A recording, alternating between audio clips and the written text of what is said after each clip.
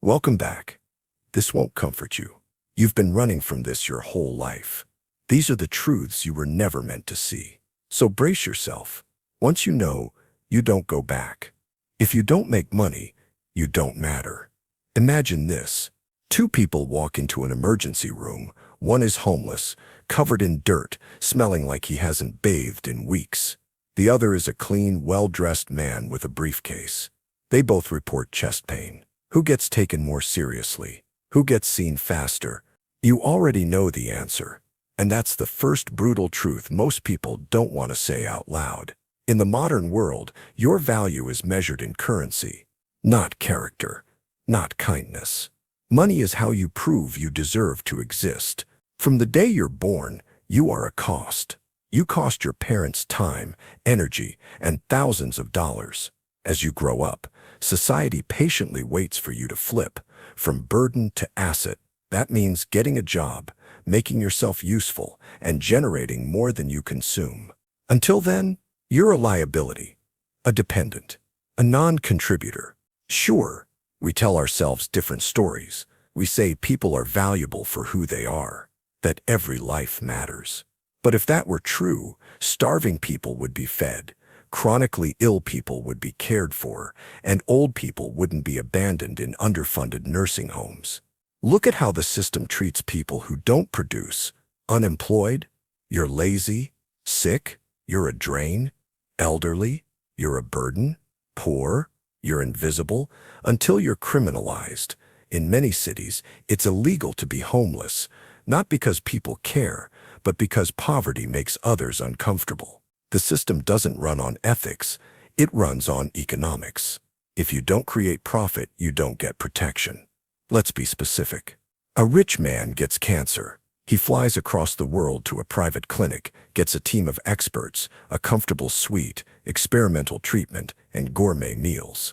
A poor man gets cancer. He waits 4 hours in an ER, gets a 10-minute consult, and a bill that'll bankrupt him whether he lives or dies.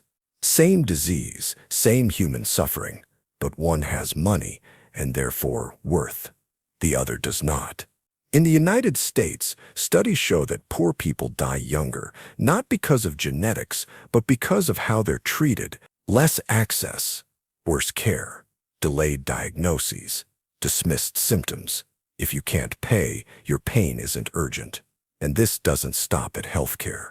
In courtrooms, the rich post bail and leave. The poor wait in cells for weeks. In schools, wealthy districts get better teachers, smaller classes, and more resources, while poor kids share outdated textbooks in overcrowded rooms. Even disasters discriminate by income. During Hurricane Katrina, thousands died, not because they were warned too late, but because they couldn't afford to leave. No car, no hotel, no savings, just prayers. Still think all lives matter equally. Try this. Die without money. Your funeral becomes a bureaucratic form. Your body gets handled by underpaid workers. Your memory evaporates, unless someone who could afford grief decides to preserve it. And it's not just the poor who are devalued. The disabled, the mentally ill, the chronically unemployed, and even artists who don't monetize their work all get quietly pushed out of sight. If you're not generating value, you're not worth listening to. This is why burnout is normalized. It's why people brag about never taking vacation. It's why people feel guilt for resting. Because you've been trained to feel worthless without productivity. Capitalism doesn't need you to be happy. It needs you to be useful, then disposable.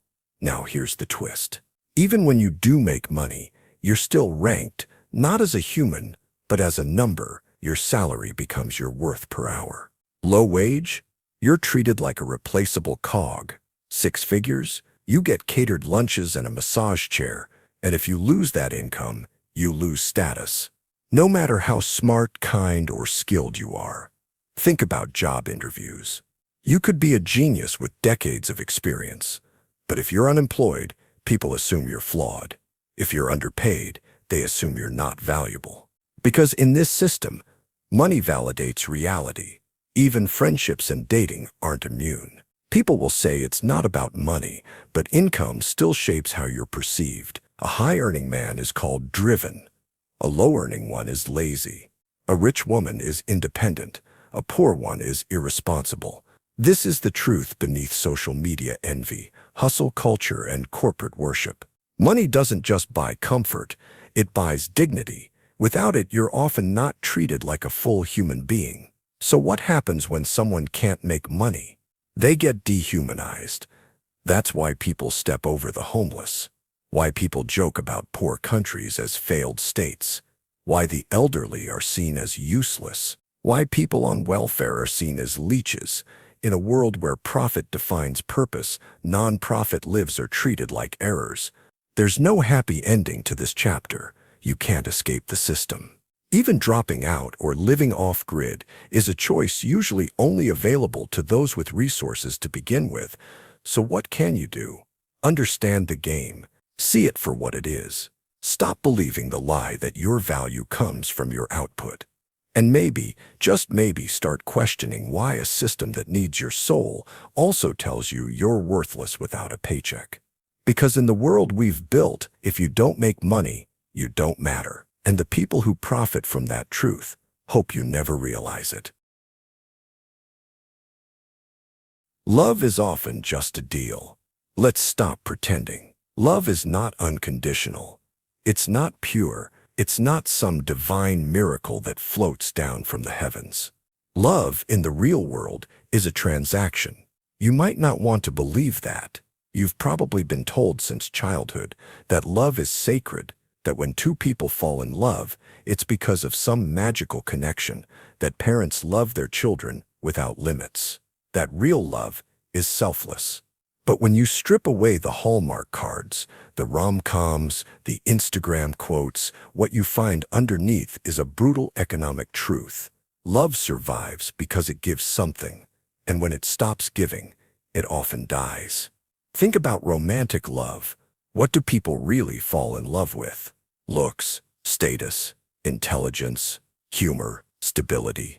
Now ask, what happens when those things disappear? What happens when the body decays? When the career fails? When the charm wears thin? Divorce happens. Affairs happen. Indifference happens. We say they changed. What we mean is, they stopped giving me what I wanted. Because love, even the deepest, most passionate kind, is contingent. You're in love with a person. Yes, but more precisely, you're in love with how that person makes you feel. That's not evil. That's human. But it means that love is not selfless. It's reciprocal survival dressed up as destiny. Let's dig deeper. When someone says, "I love you," what do they actually mean? It usually translates to, "You give me attention I crave. You make me feel safe or desired. You meet my emotional needs. You're a stable partner to build a life with. You reflect the version of myself I want to believe in." It's not fake. It's not manipulation. But it is conditional. No matter what people say, even unconditional love has thresholds. There are people who stop loving their partner after infidelity, addiction, mental breakdowns, or even weight gain. Why? Because those things threaten the terms of the contract, even if no one says it out loud. Let's talk about family. People say the bond between parent and child is sacred, that parents will love their children no matter what, but that's not always true. There are parents who cut off their kids for being gay, for changing religions, for being politically different, or simply for not living up to expectations. There are children who put their elderly parents in homes and never visit again. Why? Because the transaction stopped feeling worth it. The emotional reward faded. The sacrifice felt too heavy, so the unbreakable bond broke. Even parental love is vulnerable to strain, ego, and unmet needs. Look at friendship. We talk about real friends being ride or die. But many friendships dissolve when the value exchange shifts. If you're fun, helpful, supportive, you'll have people around.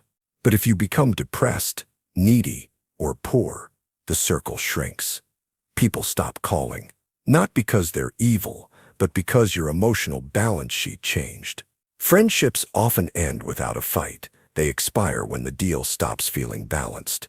Even in dating apps, the market logic is explicit. You build a profile that advertises your value, looks, job, lifestyle. You swipe to find the best trade. You match with someone who fits your category of worth it. You negotiate dates like interviews. Eventually, you enter a relationship, a long-term emotional contract. And when the cost outweighs the benefit, you terminate the agreement. Break up, move on, repeat. This is the unspoken market of human intimacy, a constant balancing act of need, value, and exchange. Now let's zoom out. If love is a deal, who wins? The people with more emotional capital, the attractive, the wealthy, the charming, the emotionally stable. People who can offer more value with less effort dominate the market. People with trauma, insecurity, or fewer resources struggle, not because they're less worthy, but because the terms are cruel. Society rarely loves the damaged unless they can compensate in other ways. Genius, beauty, success. Even charity is conditional. We give to the poor when they're grateful. We forgive trauma when it's inspirational. We support people when their pain still serves our comfort. What's the cost of believing love is unconditional? Disillusionment. People stay in toxic relationships because they believe leaving is betrayal. People tolerate abuse because they think love means suffering. People chase unavailable partners, thinking that if they just prove themselves, they'll be worthy. But if we accepted love as a conditional thing, we might stop worshiping it and start understanding it. We might stop blaming ourselves when someone leaves. We might stop idealizing people who no longer meet our needs. We might finally say, this isn't working without guilt, because contracts are allowed to end. But doesn't this make love feel cheap? Only if you expected it to be magical. In truth, love isn't less beautiful because it's conditional. It's more beautiful because it's fragile, negotiated, and still chosen. You keep loving someone not because you have to, but because you still find the trade meaningful. Because the deal still works, not just economically, but emotionally, spiritually, and personally. And when it stops working, you don't cling to a fantasy. You mourn, you heal, and you move on, knowing that even the deepest love was still, in the end, a deal. That doesn't make love less real. It makes it honest. We are animals who crave safety, validation, and comfort. We are minds-seeking mirrors and bodies seeking warmth. We are flawed, terrified creatures trying to find meaning in someone else's eyes. And when someone gives us that, we call it love. When they stop, we call it heartbreak. But underneath both is the same truth. Love is a deal, a beautiful, painful, complex deal, and no one escapes it. War is a business model. People say war is about freedom, about protecting values, defending borders, upholding democracy. But if you strip away the slogans, the flags, the patriotic music, what's left is this. War is a business, a profitable, scalable, repeatable business. With customers, with marketing, with quarterly goals. And the truth is brutal. War doesn't happen because it's necessary. It happens because it's profitable. Every bullet is money. Every tank is a contract. Every dead soldier is a cost-benefit calculation. From missiles to medical supplies, from drone parts to body bags, every aspect of war has a price tag, and someone gets paid. It's not a conspiracy. It's an industry. Multi-trillion-dollar, legally protected, globally connected, and it doesn't need peace. It needs conflict. Sustainable, endless conflict. Because you can't sell weapons to a world that's not fighting. Look at history. The United States has been at war for 90% of its existence. Empires rise and fall, but weapons factories never go bankrupt. Why? Because peace doesn't sell. Fear does. Threat does. Us versus them does. The more chaos you create, the more stability you can sell. And who profits? Not the soldier, not the citizen, not the mother who gets the folded flag. Not the child who grows up afraid of loud noises. No, the money goes higher. To the executives, to the investors, to the lobbyists who push for intervention, to the lawmakers who own stock in the companies that make the bombs. They'll never see the battlefield, but they'll see the balance sheet. And if the numbers go up, the mission was successful. Even humanitarian war has a market. You think you're saving lives? Ask who's rebuilding the cities afterward. Ask who's supplying the food aid. Ask who's getting the no-bid contracts to stabilize the region. They destroy. Then they sell the cleanup. It's not evil, it's economics, and you're not a hero. You're a consumer in a violent economy. Sometimes the war is on paper. Stock prices jump when a new conflict starts. Weapons manufacturers soar on rumors of invasion. Wall Street doesn't cry when a missile lands. It calculates. A bomb exploding in the Middle East can mean a bonus on a trading floor in Manhattan. This is not opinion. This is math. This is supply and demand with blood on its hands. And what about the enemy? Sometimes they're real. Often they're invented, or exaggerated, or armed by the same companies that now sell weapons to fight them. The same hands shake on both sides of the border, because tension is good for business. And war is a renewable resource. As long as you can keep people afraid, you've been sold a story. That war is honorable, that your country is special, that your dead were necessary. But the truth is colder. They died for someone else's margin. They died so stocks wouldn't fall, so contracts wouldn't lapse, so fear could keep feeding the machine. They didn't fall for freedom. They were fed to a system that values profit over life. And if that makes you angry, good. That means you're still human. The soldiers don't start the wars. The poor don't draft the policies, but they die for them. And then they're used in speeches, in ads, in arguments. Support the troops becomes a shield to deflect criticism of a machine that chews up bodies and spits out dividends. Even when the war ends, it never ends. Because the next one is already being planned. The next threat is already being briefed. The next weapons are already being manufactured. The machine doesn't sleep because peace is a shutdown scenario, and no CEO wants to report a flat quarter. You think your taxes go to schools, to healthcare, to roads. Look closer. A massive slice of your labor feeds an industry that exists to kill. Not because you're evil, but because the system is optimized for permanent war, and you consent without knowing it. Every paycheck, every election, every silence. So what do? Honestly, most people will do nothing. Because it's overwhelming. Because it feels inevitable. Because the story is easier to believe than the system is to confront. But doing nothing is a choice too, and the machine runs on that silence. You want the truth? Here it is. War is not failure. It's not last resort. It's not a tragedy. It's a business model. And business is booming. The rich don't work harder. They exploit better. Let's kill a comforting lie. The one that says, if you just work hard enough, you can be rich too. It's the backbone of modern capitalism. The dream injected into kids from the first grade. Study hard, grind, hustle, and someday you'll make it. But here's the brutal truth. The rich aren't rich because they work harder. They're rich because they exploit better. And this isn't bitterness. This is math. Start with this. If hard work built wealth, the people doing 12-hour shifts in factories, cleaning toilets, or working 2 jobs would be billionaires. But they're not.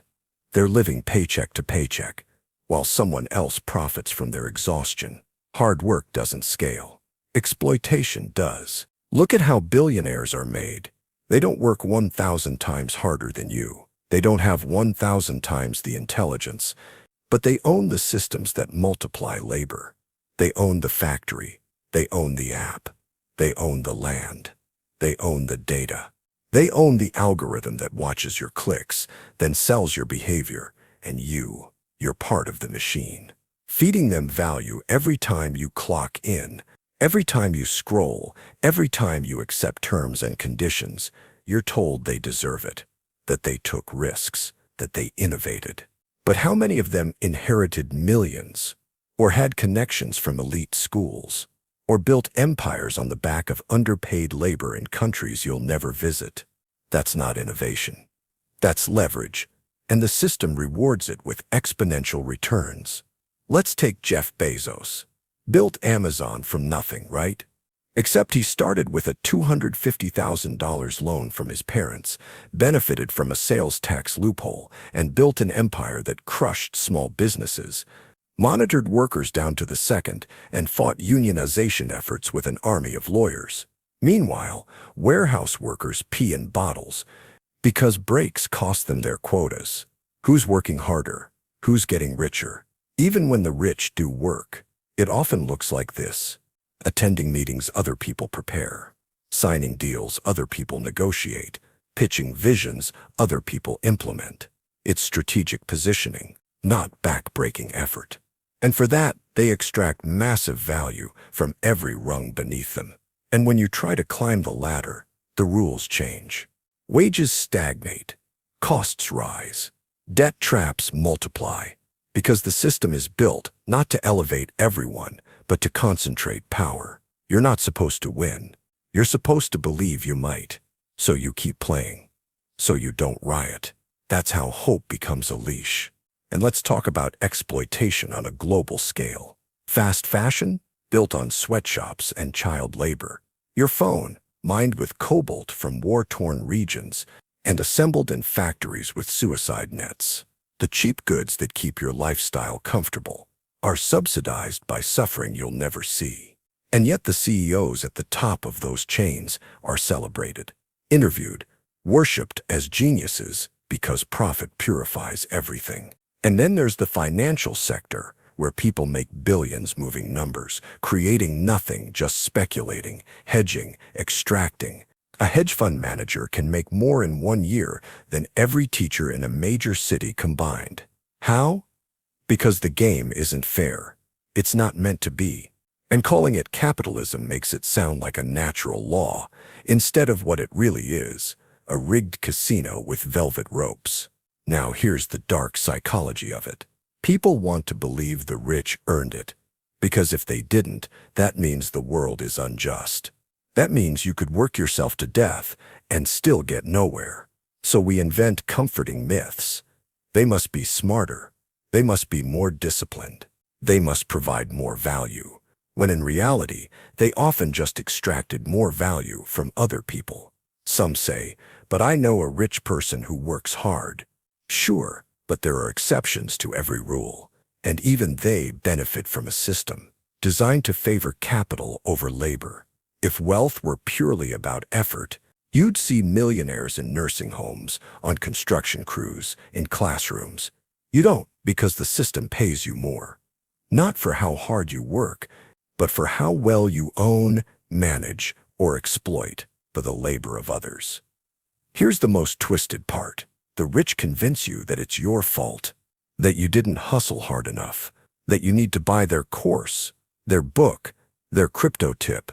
They sell you the fantasy and profit off your belief in it. They turn systemic inequality into a personal failing. It's not just dishonest, it's abusive. So what can you do? See the system clearly. Stop worshiping wealth. Stop mistaking privilege for virtue. Stop blaming the poor for struggling in a game rigged against them. Real change won't come from bootstraps. It'll come from dismantling the ladder that only a few were ever allowed to climb. Charity is often just image control. It feels good to give. You see a child with hollow cheeks on a poster. You see a disaster headline flash across your screen. You click, you donate, you share. And for a moment, you feel something beautiful, like you made the world slightly less cruel, like you stood for something. But here's the brutal truth. Most charity isn't about helping others. It's about helping yourself look good. Let's be clear. Not all giving is fake. Not all charities are corrupt. But once you follow the money, the optics, the tax codes, the warm, fuzzy feeling begins to rot. Because behind every well-lit good deed, there's a camera angle, a marketing team, a spreadsheet calculating ROI on compassion. Let's start with corporations. You see companies donating to schools, planting trees, feeding the homeless. But look deeper. That charity is often a business expense, a tool for reputation management, tax reduction, or distraction from labor abuse and environmental harm. They dump waste in rivers, then sponsor clean water drives. They underpay workers, then donate backpacks to kids in the same neighborhoods they exploit. It's called CSR, corporate social responsibility. But what it really means is damage control with a PR budget. You might say, but rich people give so much. Sure, but how? Billionaires build foundations. They give millions, but often only to institutions that carry their name, enhance their legacy, or give them influence. Meanwhile, their wealth grows faster than they donate, because many foundations are just tax shelters with nice logos. Give $10 million. Save $30 million in taxes. Get a building named after you. Call it generosity. It's not giving. It's laundering. Image laundering. Even on a personal level, it's not pure. How many people post their donations online, take selfies while volunteering, add a charity badge to their profile picture? Is that compassion? Or branding? Altruism has become a social signal, a badge that says, I'm a good person, a moral costume. Because in a world obsessed with perception, looking good matters more than doing good. And then, there's the dirty secret of many large-scale NGOs. Money goes in, but how much gets to the people it's supposed to help? A disturbing amount is eaten by its executive salaries, luxury office spaces, endless administrative layers, consultants, brand campaigns. Some charities spend more telling you they care than actually caring. Then there's the colonialism problem. Ever wonder why so many charity ads show starving brown children and never the systems that created their poverty? Because it's easier to sell sympathy than justice. Pity is a product. Justice is a threat. If you saw the structural violence, the corrupt trade deals, the exploited resources, the puppet governments propped up by foreign powers, you might not donate, you might riot, so instead, you're shown a helpless child, a tragedy without a context, and you're told you can save them. It flatters you, it erases history, and it keeps power exactly where it is. And sometimes charity makes things worse.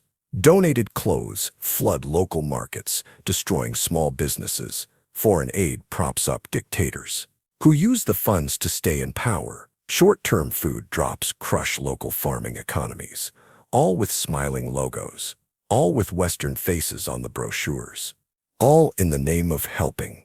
This is white saviorism with a budget, compassion weaponized as control. But what about crisis response? Surely that's different.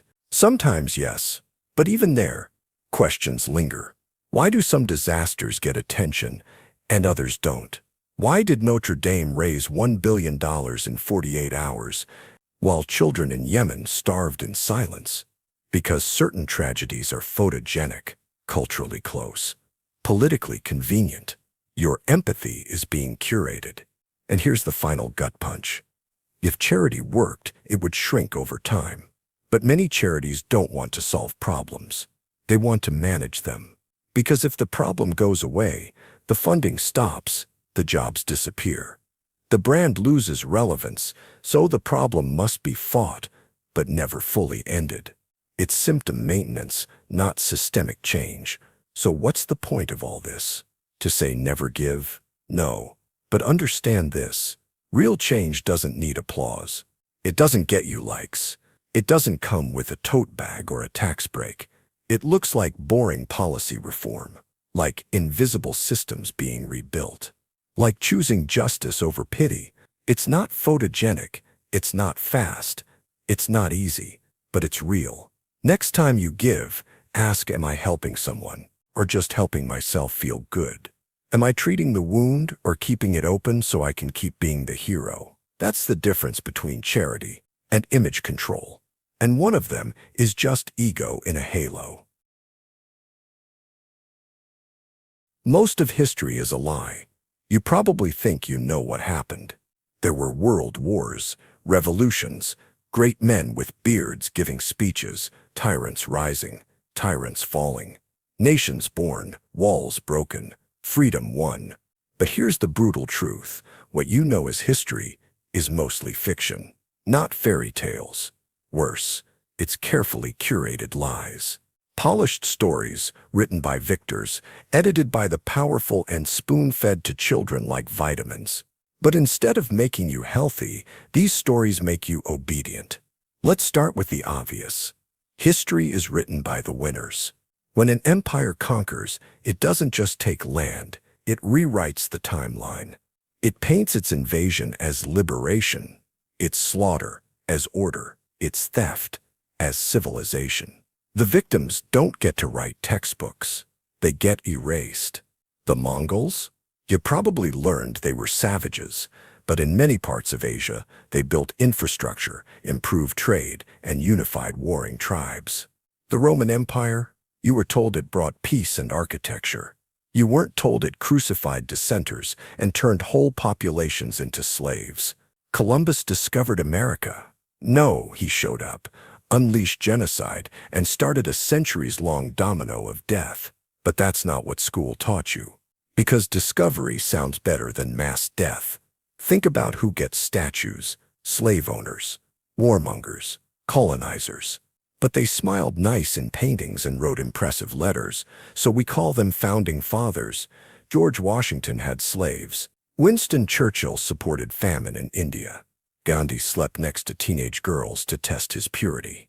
These are facts, but they're buried under a mountain of reverence, because heroes make better role models than monsters. So we sanitize, we cherry-pick. We turn complex humans into neat stories, because complexity makes obedience harder. Now ask yourself, why is history even taught? The answer should be to understand the past. But in practice, it's about building identity: national, racial, cultural, religious. History isn't just what happened, it's what your tribe wants you to believe happened. In America, you hear about freedom.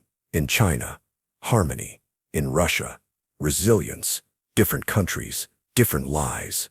It's not education, it's indoctrination, disguised as memory. Let's go darker.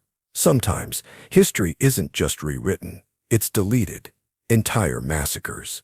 Wiped. Entire populations. Erased. Ever heard of the Congo Free State?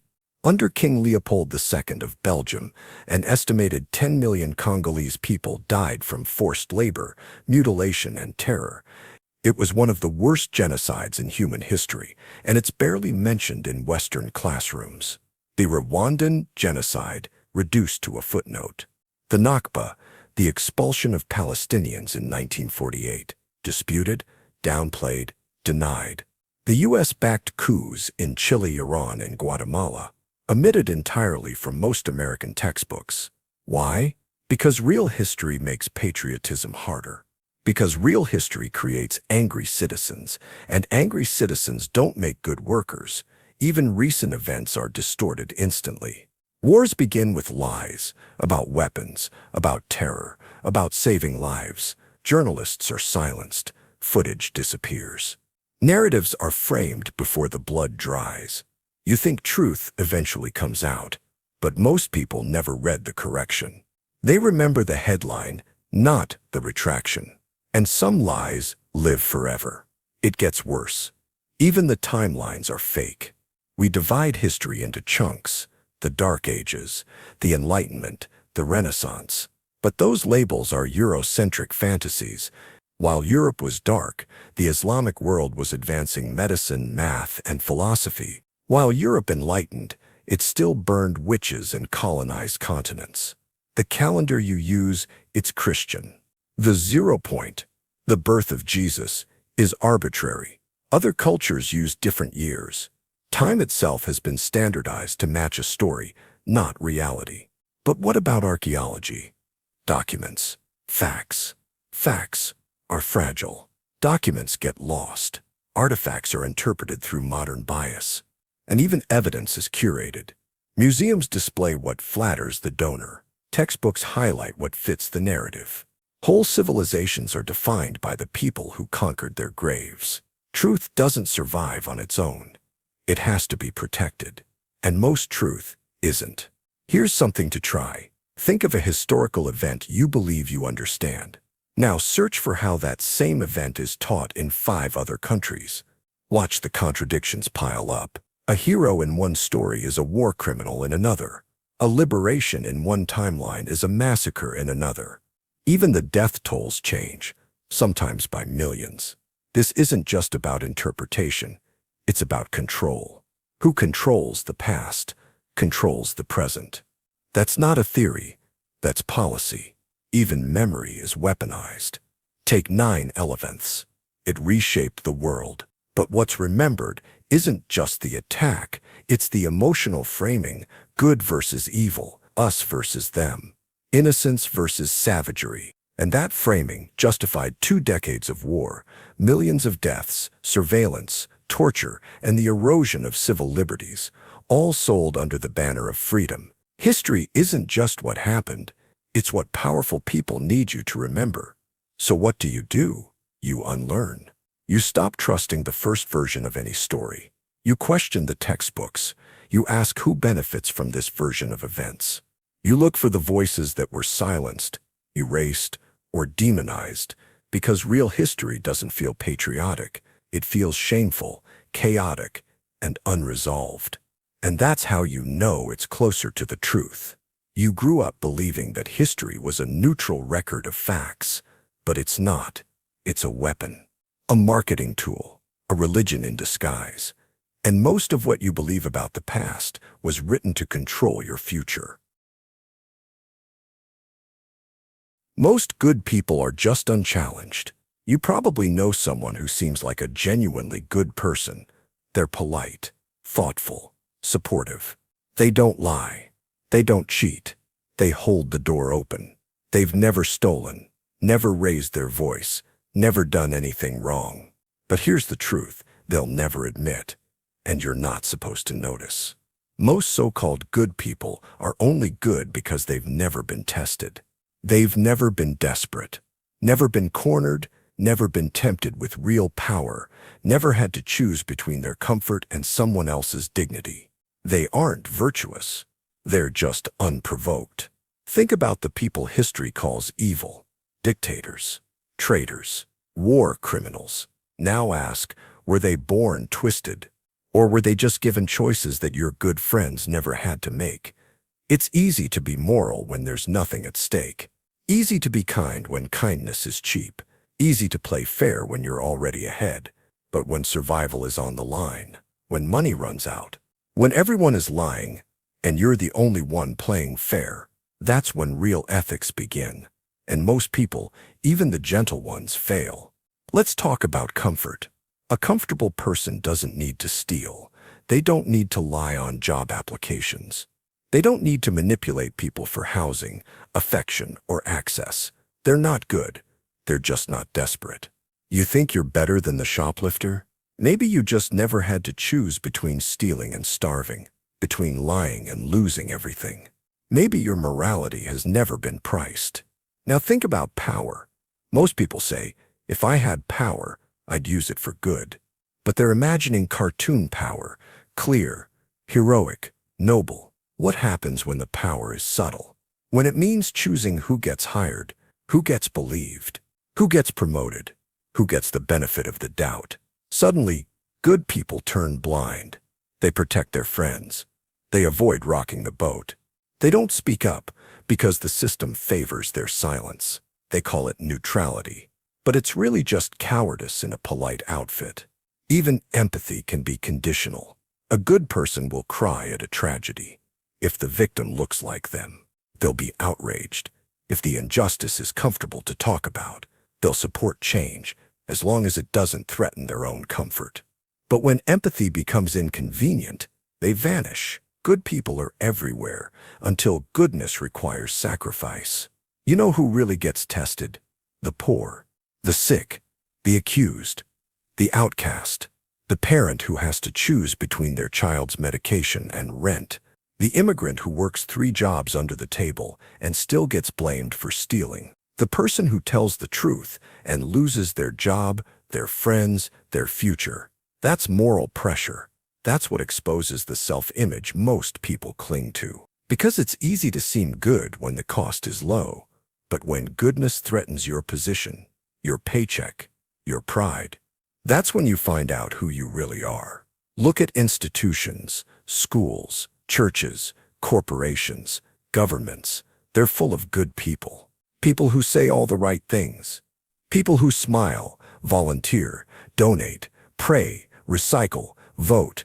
But when the institution is hurting someone, when the policy is unjust, when the numbers don't add up, what do? Usually nothing, because obedience feels like goodness and action feels like risk. So they stay in line and tell themselves they're not the problem.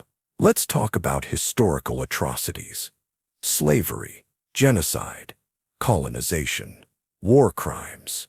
You think evil people did those things? No, regular people did.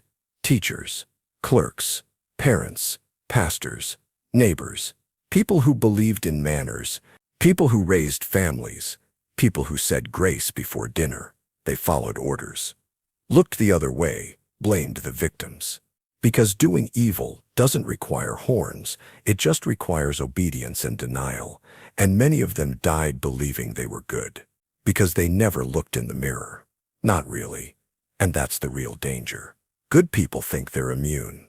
They believe morality is something you are, not something you practice. They define themselves by intent, not outcome. I didn't mean to hurt anyone. I was just trying to help. I'm not political. I just didn't know. But ignorance isn't innocence. Silence isn't virtue. And being nice isn't the same as being just. So how do you know who's actually good?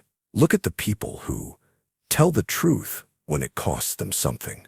Defend the unpopular, own their mistakes, change their minds, admit they're complicit, act when action is dangerous. Those people are rare. Because real goodness is painful. It requires sacrifice, not virtue signaling, not aesthetics, not vibes, sacrifice. So next time you meet someone who seems good, ask, have they been tested? Have they had to choose between comfort and principle? Have they ever risked their reputation to protect someone else? And if the answer is no, be careful, because when pressure comes, and it always does, that goodness will probably evaporate. And in its place, you'll find fear, rationalizations, excuses, or silence. You are not as good as you think. Neither is anyone else. That doesn't make you evil. It makes you human. But if you don't admit it, you'll never get better. And you'll keep pretending that goodness is something you already have, instead of something you must prove again and again, especially when it's hardest. You were born into a script you didn't write. Before you had a name, before you could walk, speak, or think, your story had already been written. Where you were born decided your language. Your gender assigned your role. Your skin color dictated your social value. And your parents, whether loving or broken, downloaded the first layer of programming into your brain. You didn't choose any of it. Not your country. Not your religion. Not your class. Not your genetics. You were born mid-sentence into a play already running, and nobody asked if you wanted the role. Let's be clear. You were handed a script, not a life. From your first steps, the world told you what to do. In some cultures, boys were told to be strong and silent, girls to be sweet and obedient. In others, children were taught to fear God, obey elders, and never question. If you were born into poverty, the script said, survive. If you were born rich, it said excel. But either way, it wasn't your voice. You were mimicking lines. Think about school. You weren't taught to think. You were taught to repeat. Sit still. Raise your hand. Memorize facts. Take tests. You didn't learn how to ask questions that matter. You learned how to follow instructions. Because the system doesn't want individuals. It wants efficient actors in the pre-written play. By the time you hit adolescence, you were already deep in character. You wore the clothes they sold you. You used the slang of your environment. You learned what was cool, what was embarrassing, what was acceptable, and you absorbed your culture's fears of failure, of aging, of being different. Even your dreams were implanted. Did you really choose to want a good job, a nice home, a romantic partner, a stable income, or did you inherit that template from television, teachers, parents, and peers? Try this.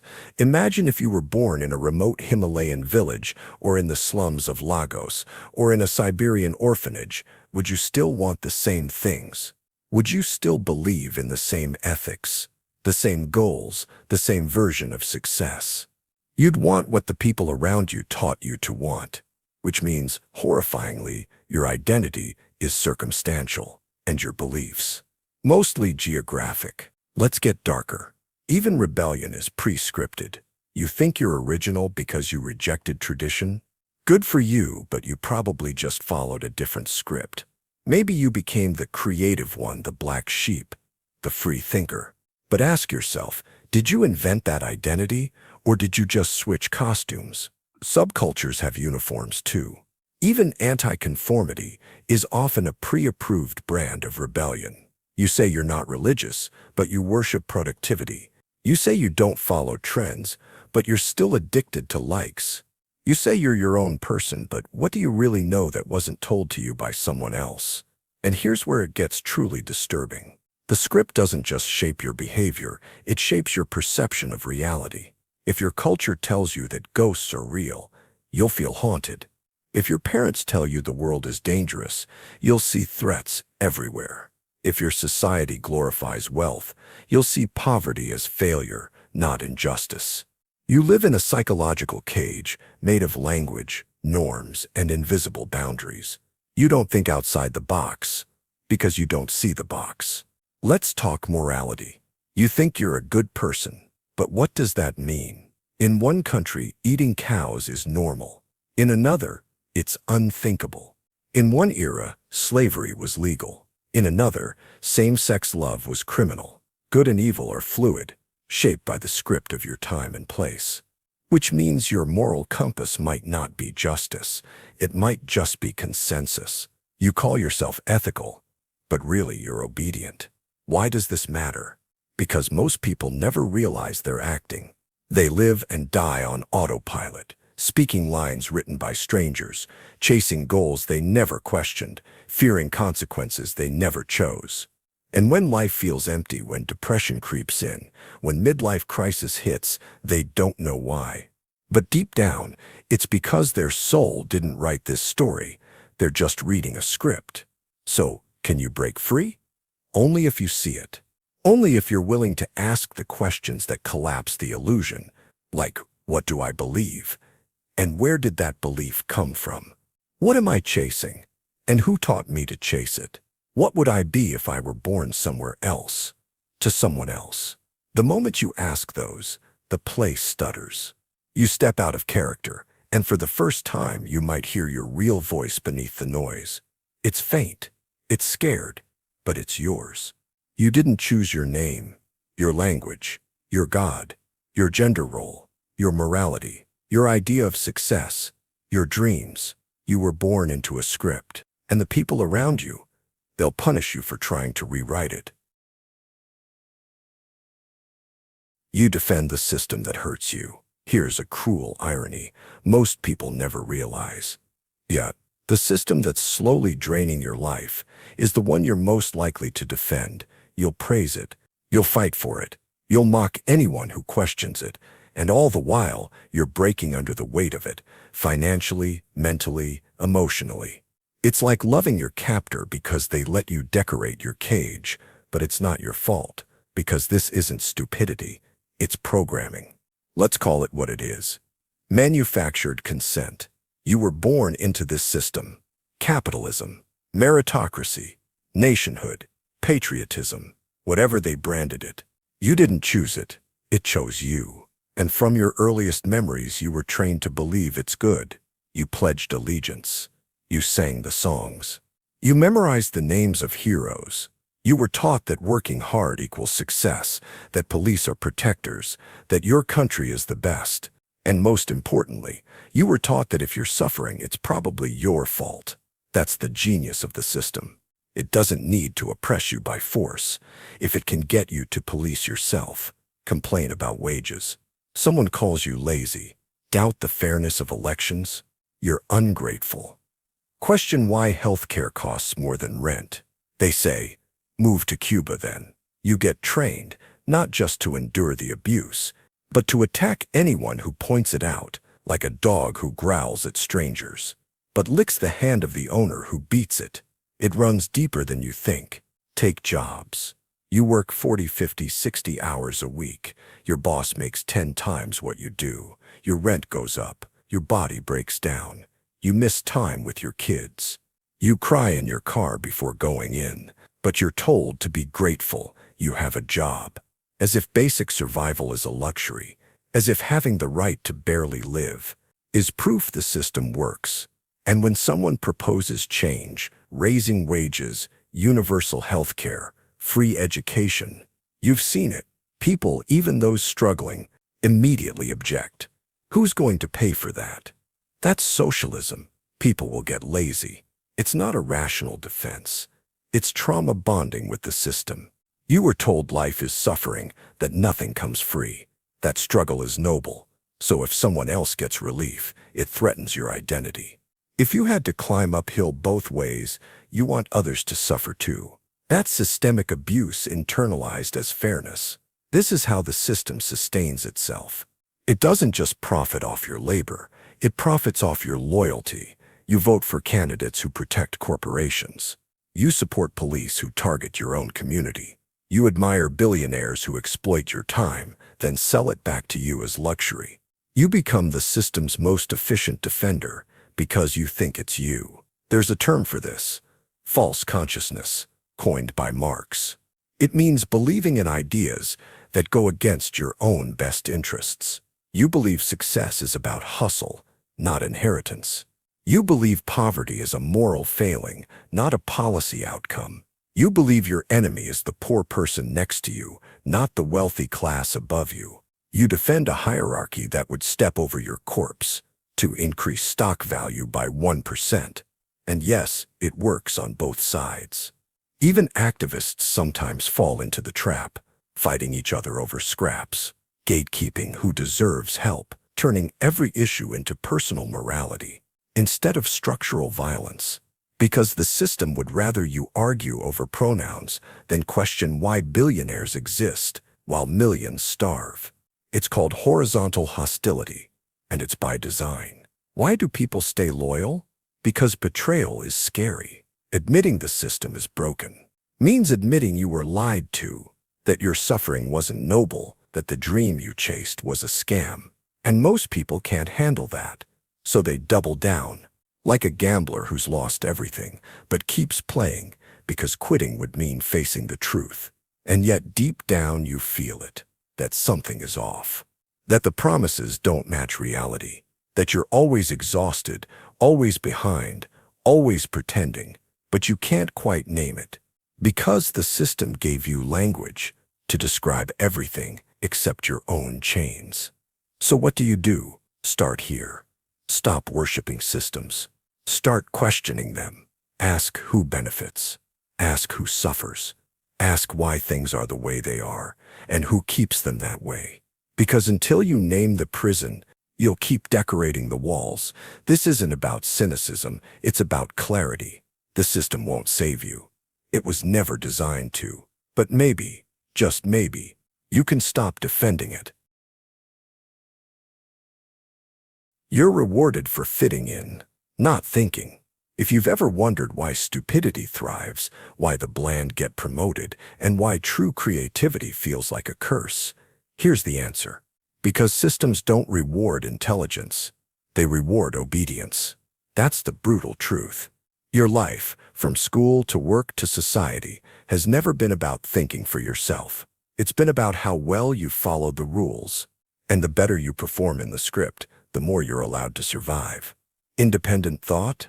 That's dangerous. It questions. It disrupts. And nothing terrifies an institution more than a person who won't play the game. Let's start with school. You thought it was about learning? It wasn't. It was about shaping. You were graded on neatness, on silence, on conformity. You learned to raise your hand before speaking, to ask permission to pee, to memorize answers, not question assumptions. And if you dared to challenge the teacher, you weren't called gifted. You were called a problem. The kid who colored outside the lines, sent to detention. The one who memorized facts and regurgitated them like a robot, straight A's. This isn't a side effect. It's the point. School isn't a place to develop minds. It's a factory for standardization, to make you sit still, obey authority, follow schedules, and not ask why. Because the economy doesn't need thinkers. It needs workers. Predictable, quiet, replaceable workers. Now fast forward. You grow up. You enter the job market. You think it'll be different. But the office is just a classroom with worse lighting. You're told to be collaborative. That means don't challenge your boss. You're told to be professional. That means hide your emotions. You're told to follow procedure. That means don't think, just do. If you're good at copying the culture, you rise. If you question inefficiency, hierarchy, or morality, you're marked as difficult. The most dangerous thing you can do in most companies isn't stealing. It's thinking out loud. Because thought leads to dissent. Dissent leads to disruption. And disruption is expensive, so mediocrity gets promoted. Obedience is labeled as leadership, and innovation is killed in committee. It goes deeper. Ever wonder why the smartest people you know seem stuck, while some average, forgettable people seem to rise effortlessly? It's because smart people ask why. They notice cracks. They refuse to fake enthusiasm, and they hate kissing ass. But institutions, schools, corporations, governments don't want awareness. They want compliance. They want people who smile, nod, and follow the playbook, no matter how broken it is. Let's talk about culture. You post something critical on social media. You get dogpiled. You express an unpopular opinion. You get flagged, banned, or ghosted. Even activism is policed. You can fight for change as long as it follows the pre-approved slogans. Step outside the narrative, and you're labeled toxic, problematic, dangerous. Thinking for yourself used to be called enlightenment. Now it's called a threat. Because the algorithm doesn't want complexity. It wants engagement, outrage, tribalism. And the people who win the culture war aren't the wisest. They're the most agreeable, the most algorithm-friendly, the most polished in-group loyalists. Even relationships reward conformity. You're expected to want the same things: career, house, marriage, kids. If you deviate, people treat you like a malfunctioning machine. Don't want kids? You're selfish. Don't want monogamy? You're immature. Don't want a career ladder? You're lazy. It's not about what makes you happy. It's about what makes others comfortable. Society calls it maturity. What it really means is compliance with the template. And if you don't follow it, you get ignored, mocked, or pathologized. Here's the psychological horror. You will be praised most not when you are your best self, but when you are your most familiar self, when you speak the way they expect, think the way they expect, behave the way they expect. Originality is thrilling in theory, but threatening in practice, which is why most people, even the smart ones, learn to play dumb, to shrink, to fake enthusiasm, to hide their fire under layers of social camouflage. Because speaking truth is lonely, and most people are addicted to belonging. Let's be clear. This isn't a conspiracy, it's a survival strategy. The systems that shape our world, from education to capitalism to politics, aren't broken. They're doing exactly what they were designed to do. They reward predictability. They punish disruption, and they mold humans into cogs. You weren't meant to bloom. You were meant to function. That's why burnout is praised as dedication. Why staying silent is seen as professionalism. Why parroting corporate slogans is called culture fit. So what happens to thinkers? Some break. Some become bitter. Some pretend. And a rare few escape, but only by becoming so successful that their difference can't be punished. But most, they rot in cubicles. They scream into journals. They bite their tongue in meetings. They watch mediocrity rise while excellence gets ignored. Because in a world built for sameness, most jobs are just economic theater. Every day, millions of people wake up, brush their teeth, put on acceptable clothes, and go to work. They sit in climate-controlled buildings, tap keys, join meetings, send emails, fill spreadsheets. Then they go home and do it again, and again, and again, for 40 years. But here's the truth, no one wants to say out loud. But most of it is fake, not in the sense that people aren't really working. They are. But in the sense that what they're doing doesn't actually matter. Not to society, not to the world, sometimes not even to the company itself. It's just economic theater, a ritual of productivity designed to keep the machine moving, and to keep you busy enough not to ask, what the hell are we even doing? Let's start with what a job is supposed to be. In theory, you do something useful. You get paid. Society benefits. You feel fulfilled. But in reality, most people aren't saving lives, building bridges, or curing disease. They're replying to emails that didn't need to be sent, attending meetings that could have been an email, writing reports no one reads, polishing metrics that don't reflect anything real, logging hours in a system just to prove they were there. They're filling space, acting busy, because looking productive is more important than producing anything. This isn't a conspiracy, it's structural. David Graeber, an anthropologist, called them bullshit jobs. Jobs that even the people doing them secretly believe are pointless. He interviewed corporate consultants, middle managers, compliance officers, lobbyists, brand strategists, customer success reps, people who openly admitted, if my job disappeared tomorrow, nothing would change. And yet they show up every day, because the alternative, admitting it's meaningless, is unbearable. So they pretend, and so does everyone else. Why do these jobs exist? Because modern economies don't actually need full employment to function, but unemployed people are dangerous. They ask questions. They organize. They vote for revolution. So instead, we manufacture work. We build bloated bureaucracies. We invent new layers of approval, compliance, and management. We hire people to manage people who manage people who manage tasks that don't matter. It's not efficiency, it's crowd control. A sedated workforce is a stable society, and nothing sedates like 8 hours of PowerPoint and Slack. Look at corporate culture. So much of it is theater, quarterly goals, vision statements, performance reviews. These rituals exist not to achieve anything, but to simulate meaning. You don't improve yourself to do better work, you do it to appear promotable. You don't brainstorm to solve problems, you brainstorm to make sure no one blames you later. You don't manage people to help them, you manage them to justify your own salary. The language says, impact. The reality is optics. Most jobs are about maintaining the illusion of value. Even the idea of working hard is warped. In a rational world, we'd reward outcomes. Instead, we reward appearances. Stay late? That's dedication. Even if your work was useless. Answer emails at midnight. That's leadership. Even if the emails were nonsense. Go on vacation and unplug. Now you're suspicious. Why aren't you available 24/7? Like a good cog. We've built a system where burnout is a badge of honor and rest is seen as weakness. Think about job descriptions. Most don't describe real responsibilities. They describe personality types. Self-starter, team player, can handle ambiguity. These aren't skills, they're signals of submission.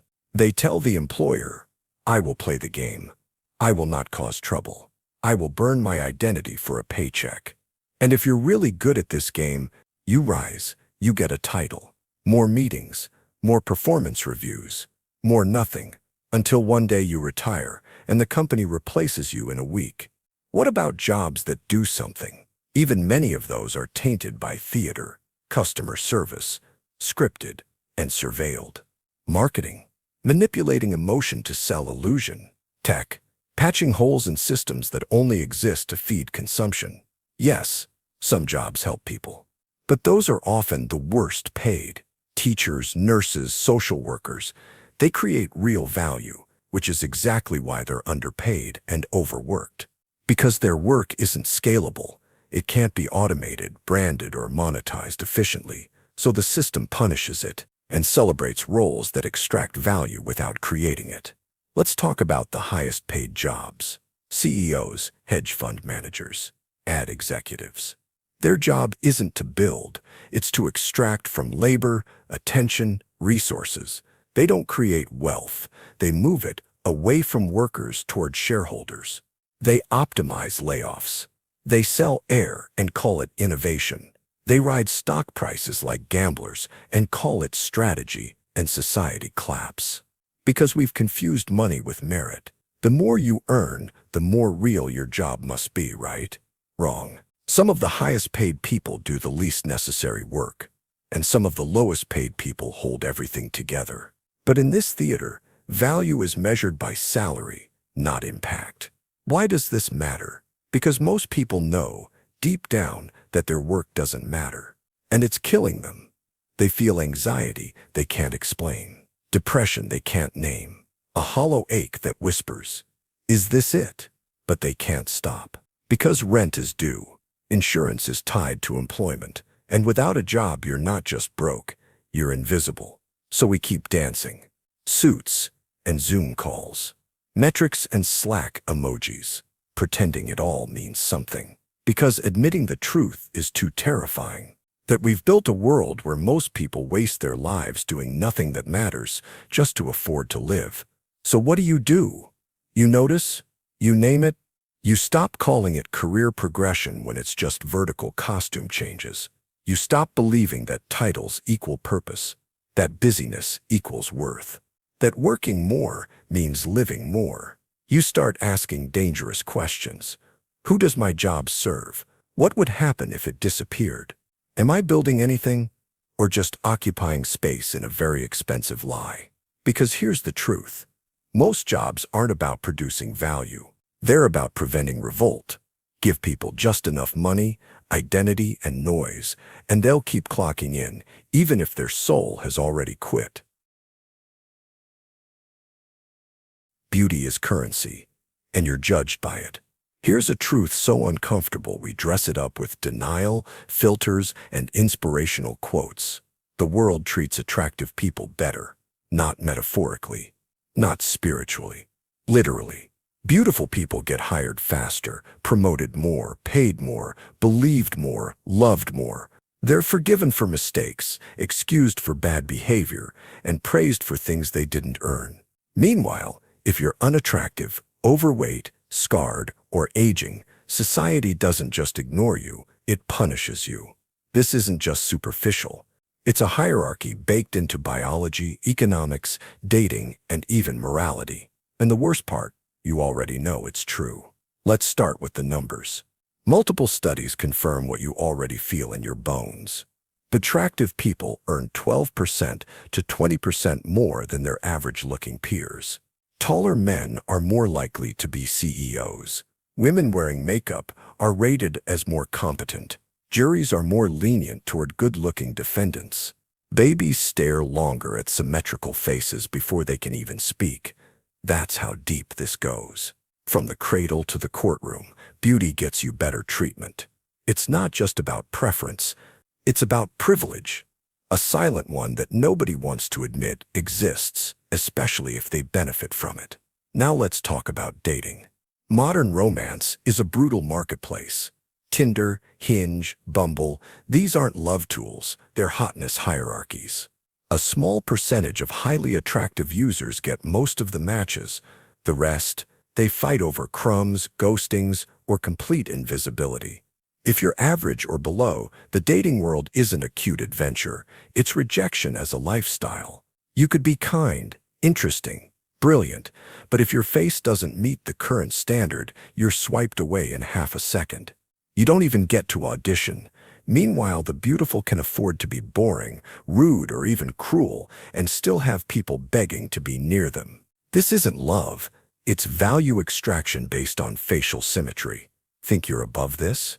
Look at your closest friends, your partner, your favorite celebrities. Ask yourself, how much of your attention, affection, or admiration is tied to how they look? Now ask, would you treat them the same if they were disfigured, if they aged suddenly, if they gained weight, lost hair, lost beauty? You want to say yes, but most people don't. That's why beauty industries are billion-dollar empires, because fear of ugliness sells better than almost anything. It gets worse. Beauty isn't just rewarded, it's weaponized. Attractive people are given opportunities early, better teachers, more confidence, more praise. This snowballs into more success, more money, and more self-esteem.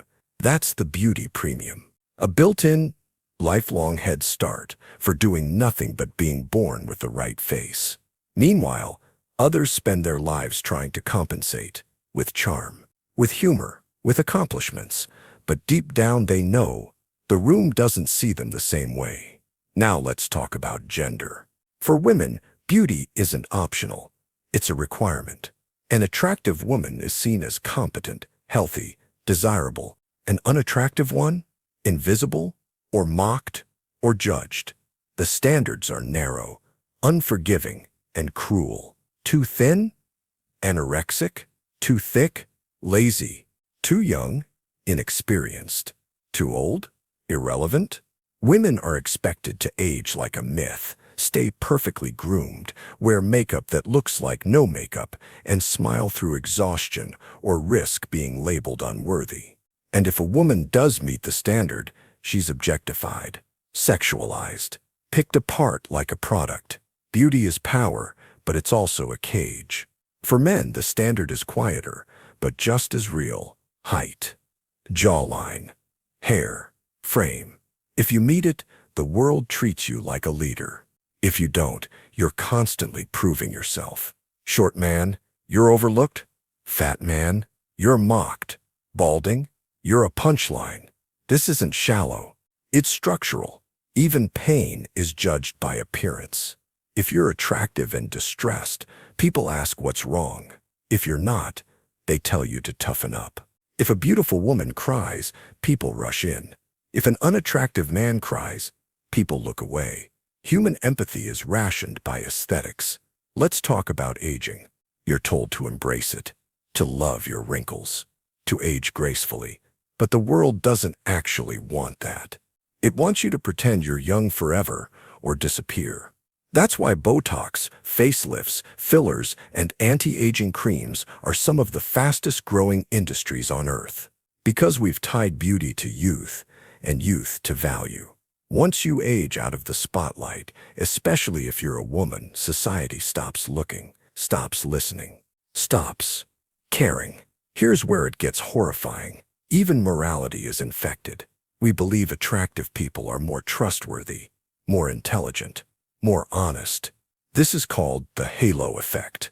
One positive trait, like beauty, spills over and paints the rest of someone's character, which means people get away with more because they're pretty, they're believed faster, doubted less, defended more, and those who aren't have to work twice as hard to be seen as decent. You think the world rewards hard work, talent, kindness? Maybe. But it rewards beauty faster. And if you don't have it, you have to prove your worth every day, in ways that people with perfect faces never even think about. So what do you do with this truth? You stop pretending it's not real. You stop telling people to just be confident or love themselves in a system that punishes their face. You stop acting like looks don't matter. They do. They shape lives. Instead, you start seeing beauty for what it really is. A currency, a privilege, and a trap. You don't have to worship it, but you do have to understand it. Because until you do, you'll keep blaming yourself for the way the world reacts to your reflection. And you'll keep thinking it's personal. It's not. It's just the price tag they see on your face before they ever hear your voice. You are being watched all the time. You think you have privacy. That when you close your door, shut your laptop, or turn off your phone, you're alone. You're not. You're being watched, tracked, analyzed, judged, right now, every second. Not just by cameras, not just by corporations, by algorithms, governments, employers, apps you forgot you installed, by a surveillance system so vast, so normalized, you stop noticing it. This isn't paranoia. This is reality. And the most disturbing part? You agreed to it. Willingly, cheerfully, with a checkbox labeled, I accept. Let's start with the obvious. Every website you visit logs your clicks. Every app tracks your location. Your phone listens for Hey Siri, which means it's always listening. Your smart TV records your conversations to personalize content. Your car knows when you brake, how fast you drive, and where you go after work. Everywhere you move, you leave a trail. And that trail becomes your profile. Your data double. Age, gender, income, mood, shopping habits, sexual preferences, political leanings, all stored, sold, and weaponized. You're not a customer. You're a commodity. Think you're clever for using incognito mode?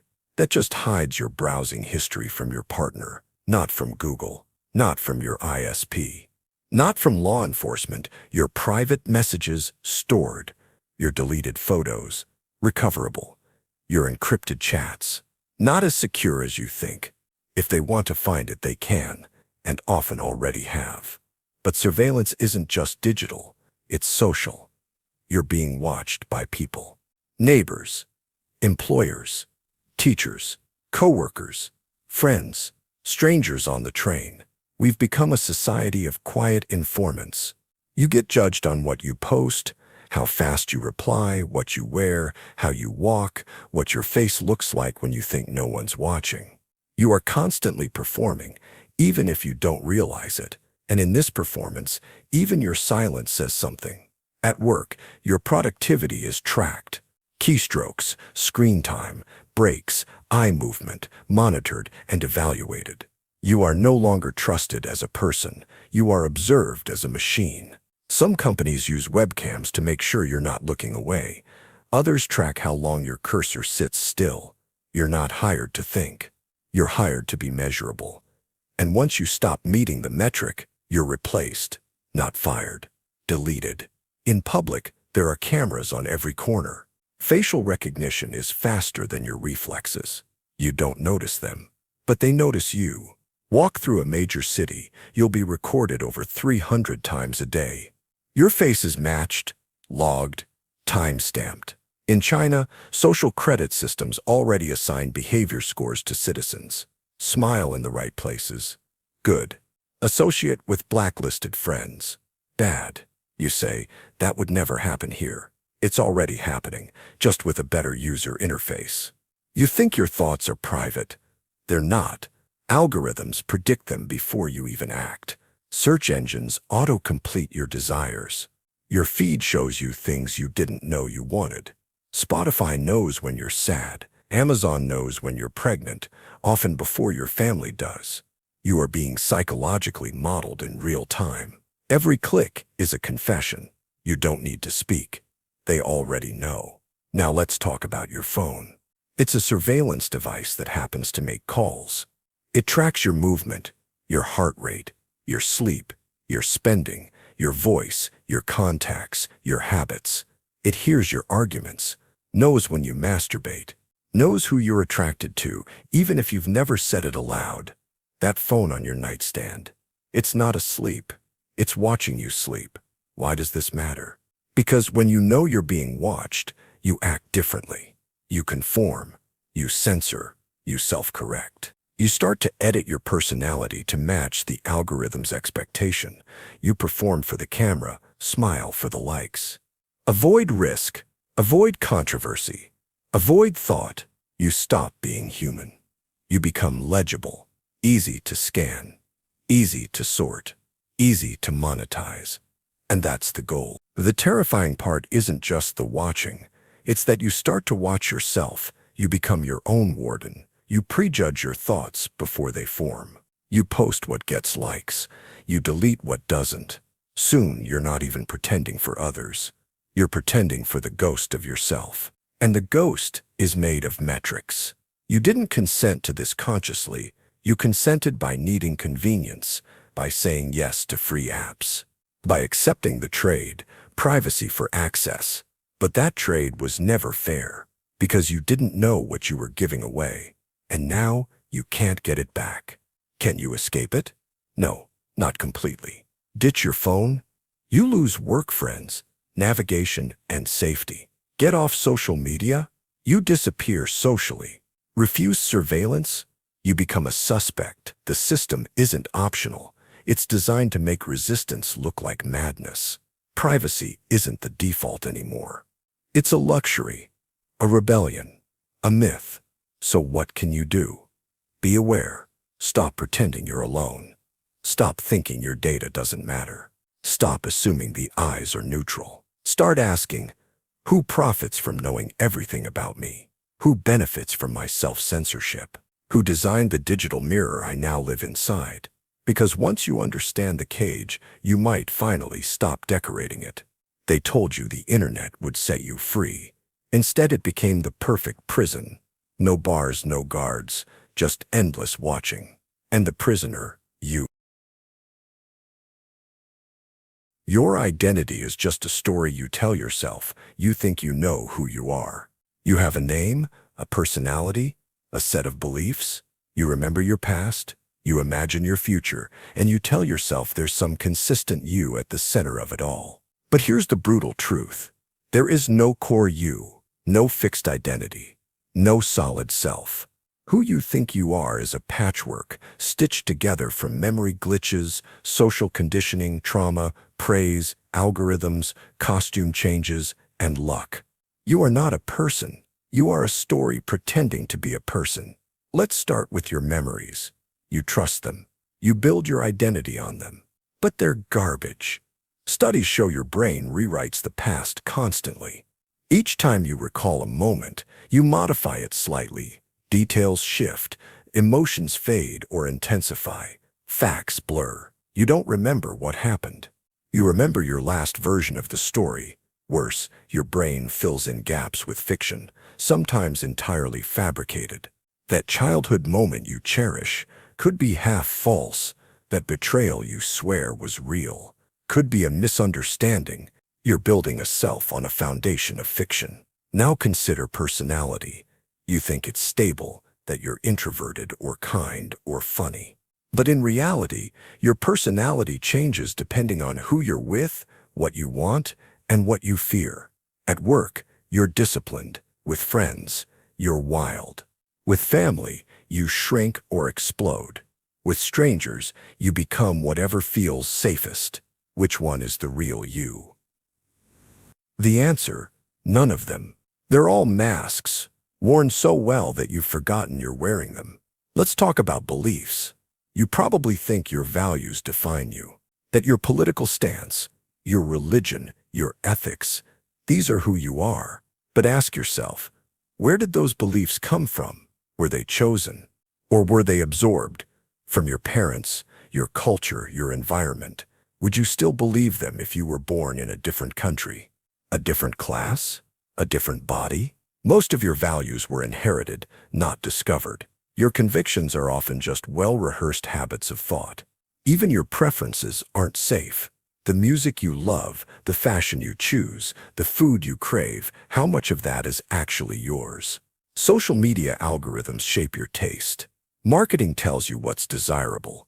Peer approval nudges your choices. You internalize what's trending and reject what's punished. You don't like what you like. You like what you were told to like, loudly, subtly, repeatedly, until it felt like it came from inside you. This is how the story of you is written, by other people's pens. Think about how you describe yourself. I'm the kind of person who... That's narrative language. You're not reporting facts. You're constructing meaning. You're editing your own myth. You highlight the wins, downplay the losses. Frame your trauma for sympathy. Frame your accomplishments for pride. This is identity as public relations. It's not truth, it's packaging. Even when you're alone, you tell yourself a version of the story that helps you sleep. Sometimes heroic, sometimes tragic. but always edited. Because the truth, the unedited self, is unbearable. So we lie. But who is we? Who is the I telling the story? There's no consistent narrator inside your skull, just a collection of mental processes, emotion, memory, impulse, logic, all taking turns driving the bus.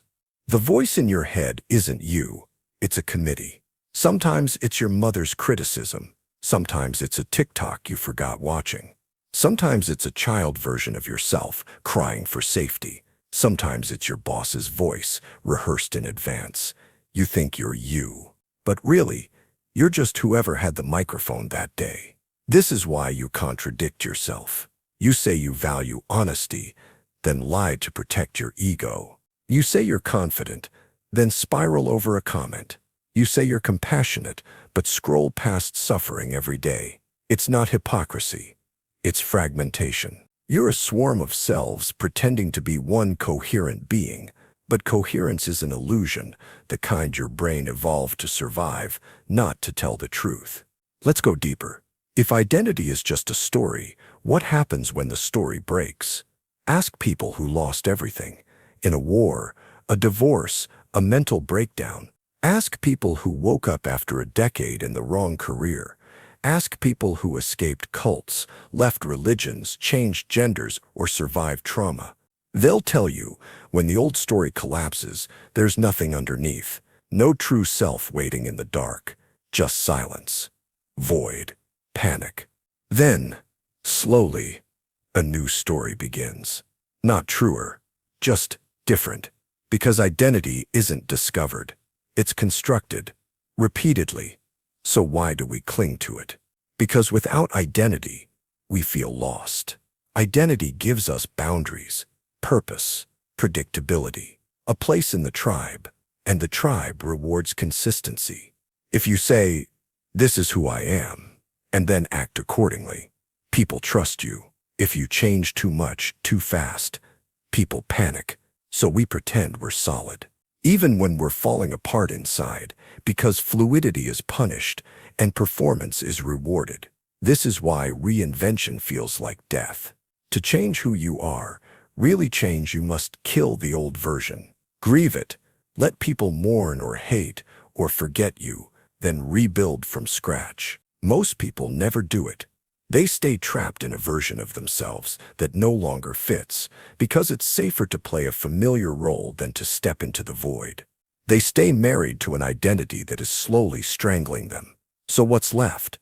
You are not your memories. They're corrupted. You are not your personality. It's inconsistent. You are not your beliefs. They're inherited. You are not your preferences. They're programmed. You are a flickering process. A reflexive storyteller, a temporary performance. And that's not an insult. It's liberation. Because if your identity is a story, then you can change it. You can rewrite it. You can stop performing versions that make you suffer. You can stop clinging to masks that no longer protect you. You can stop saying, "This is just who I am," and start asking, "Who do I want to become?" Now that I know I was never real to begin with. You could lose your mind at any time. You wake up, you remember your name, your family, your job, you drink your coffee the same way you did yesterday. You recognize the reflection in the mirror. And you think, "I'm still me." But here's the truth. No one tells you until it's too late. That you, your sanity, your identity, your grip on reality can vanish, suddenly, irreversibly, and for no reason at all, not because of trauma. Not because of some dramatic event. Sometimes, your brain just breaks, quietly, without warning, like a light bulb that flickers and never turns back on. We like to believe that the mind is stable. That madness is something that happens to other people. The homeless man talking to himself. The woman in the asylum. The crazy one in the family. But insanity isn't a foreign country. It's next door. It's a thin sheet of glass between you and the abyss, and that glass can crack any time. All it takes is a misfiring neuron, a drop in serotonin, a random stroke, a hidden genetic switch flipping on at age 32, and suddenly, reality stops making sense. Here's what losing your mind actually looks like. You wake up and don't know where you are.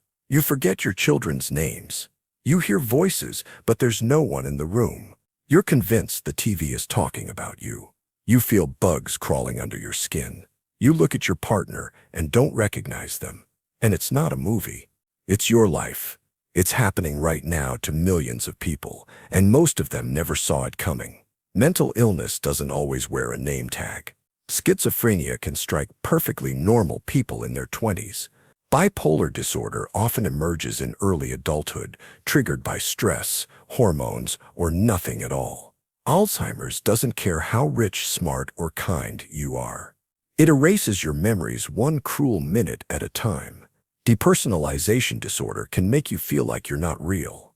Dissociative identity disorder can splinter your consciousness into fragments.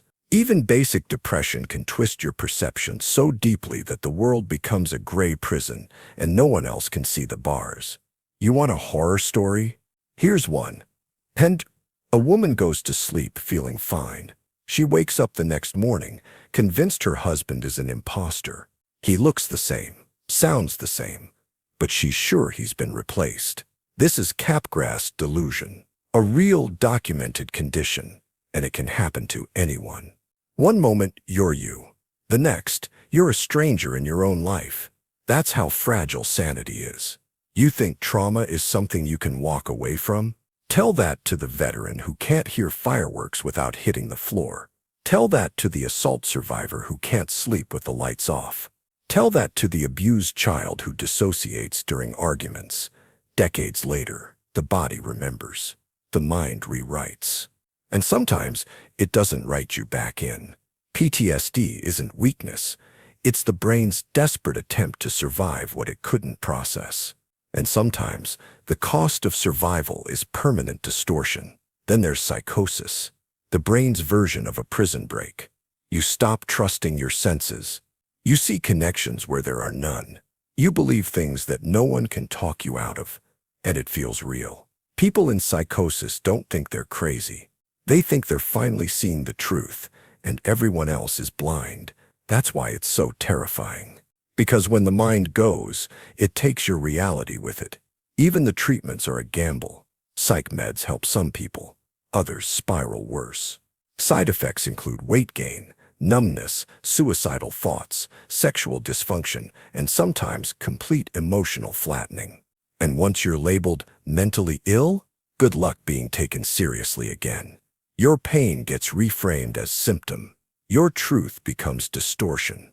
Your fear becomes irrational, even when you're right. Let's talk about society's reaction. If you break your arm, people rush to help. If you break your mind, people avoid you. You become unpredictable, embarrassing, inconvenient. We don't build safety nets for the insane. We build prisons. We build sidewalks for them to sleep on. We build myths that they're dangerous when most are more likely to be victims than perpetrators. Because if we look too closely, we'd realize it could be us. And here's the darkest part. There's no vaccine for mental collapse, no lifestyle guarantee. No amount of yoga, green smoothies, or gratitude journaling can prevent what your own brain might decide to do to you. You can do everything right and still lose yourself. So what do? First, we stop pretending that sanity is a given. It's not. It's a balance, maintained by biology, chemistry, circumstance, and luck. Then, we stop judging people who've lost it, because they didn't choose it. They didn't fail. They didn't sin. They just fell through a crack you haven't found yet. Yet, because one day, it could be you. You forget your PIN. You feel disconnected from your body. You hear a voice that shouldn't be there. You cry and don't know why. You scream and can't stop. You look in the mirror and don't recognize who's looking back. And when that day comes, you'll realize the truth wasn't out there after all. It was already inside you, waiting. The poor pay more for everything. You probably think poverty is just about having less income, less food, less space. But that's not the full picture. The brutal truth is this: The poor don't just have less, they're charged more interest, more fees, more penalties, more stress, more life lost in slow, grinding ways. In almost every system you live in, banking, housing, healthcare, transportation, even time itself, poverty is punished and wealth is rewarded. If you're poor, the world costs more, and the system calls it your fault. Start with money. A rich person gets access to low-interest loans, premium credit cards, high-yield savings. They pay fewer fees. They get rewards, cashback, protection. A poor person, they get payday loans with 400% interest. They get bank accounts that fine them for being empty. They get credit cards with usurious rates, or worse, they can't get one at all. And if they miss a payment, late fees, overdraft penalties, increased interest, a downward spiral. It's called the poverty tax, and it's legal. Try to buy a car. A middle-class buyer can pay up front or get a low-interest loan. A poor person with bad credit, they pay thousands more in interest over time, or worse, fall into shady buy here, pay here scams. Same car. But one person pays double for the privilege of being poor. Want to rent an apartment? Landlords run credit checks, charge deposits, ask for 3 months up front. If you're rich, it's a formality. If you're poor, it's a wall. And if you can rent, you'll pay more for less.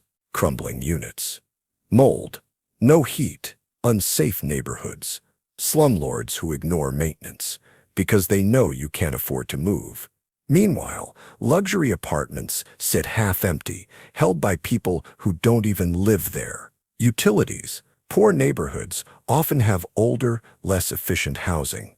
That means higher electricity bills, worse insulation, broken plumbing. You spend more just to keep the lights on, and if you fall behind, they'll cut the power. Let your food rot. Let your child freeze, because poor people don't deserve grace, only consequences. Let's talk food. We say healthy eating is a choice, but many poor areas are food deserts. No fresh produce, no grocery stores, just gas stations, fast food, and overpriced convenience marts. Try feeding a family on minimum wage. Cheap food is high in sugar, fat, and preservatives because the cheapest calories are the worst for you. So the poor are more likely to develop diabetes, obesity, hypertension, and then get blamed for their own health outcomes. Now, healthcare. If you're wealthy, you get private doctors, preventative care, early diagnosis. You pay out of pocket and skip the wait. If you're poor, you wait hours in underfunded clinics. You ration medication. You skip appointments because you can't afford to miss work. Or you just live with the pain because a trip to the ER could cost more than your rent. And then when you do finally collapse, you get the bill. Tens of thousands of dollars for a body you couldn't afford to maintain. Need time. The rich have it. They outsource cleaning, cooking, childcare. They get to think, rest, create. The poor, they work multiple jobs, commute by bus, wait in lines, spend hours navigating bureaucracies to access food stamps or housing assistance. They don't even have time to breathe, let alone get ahead.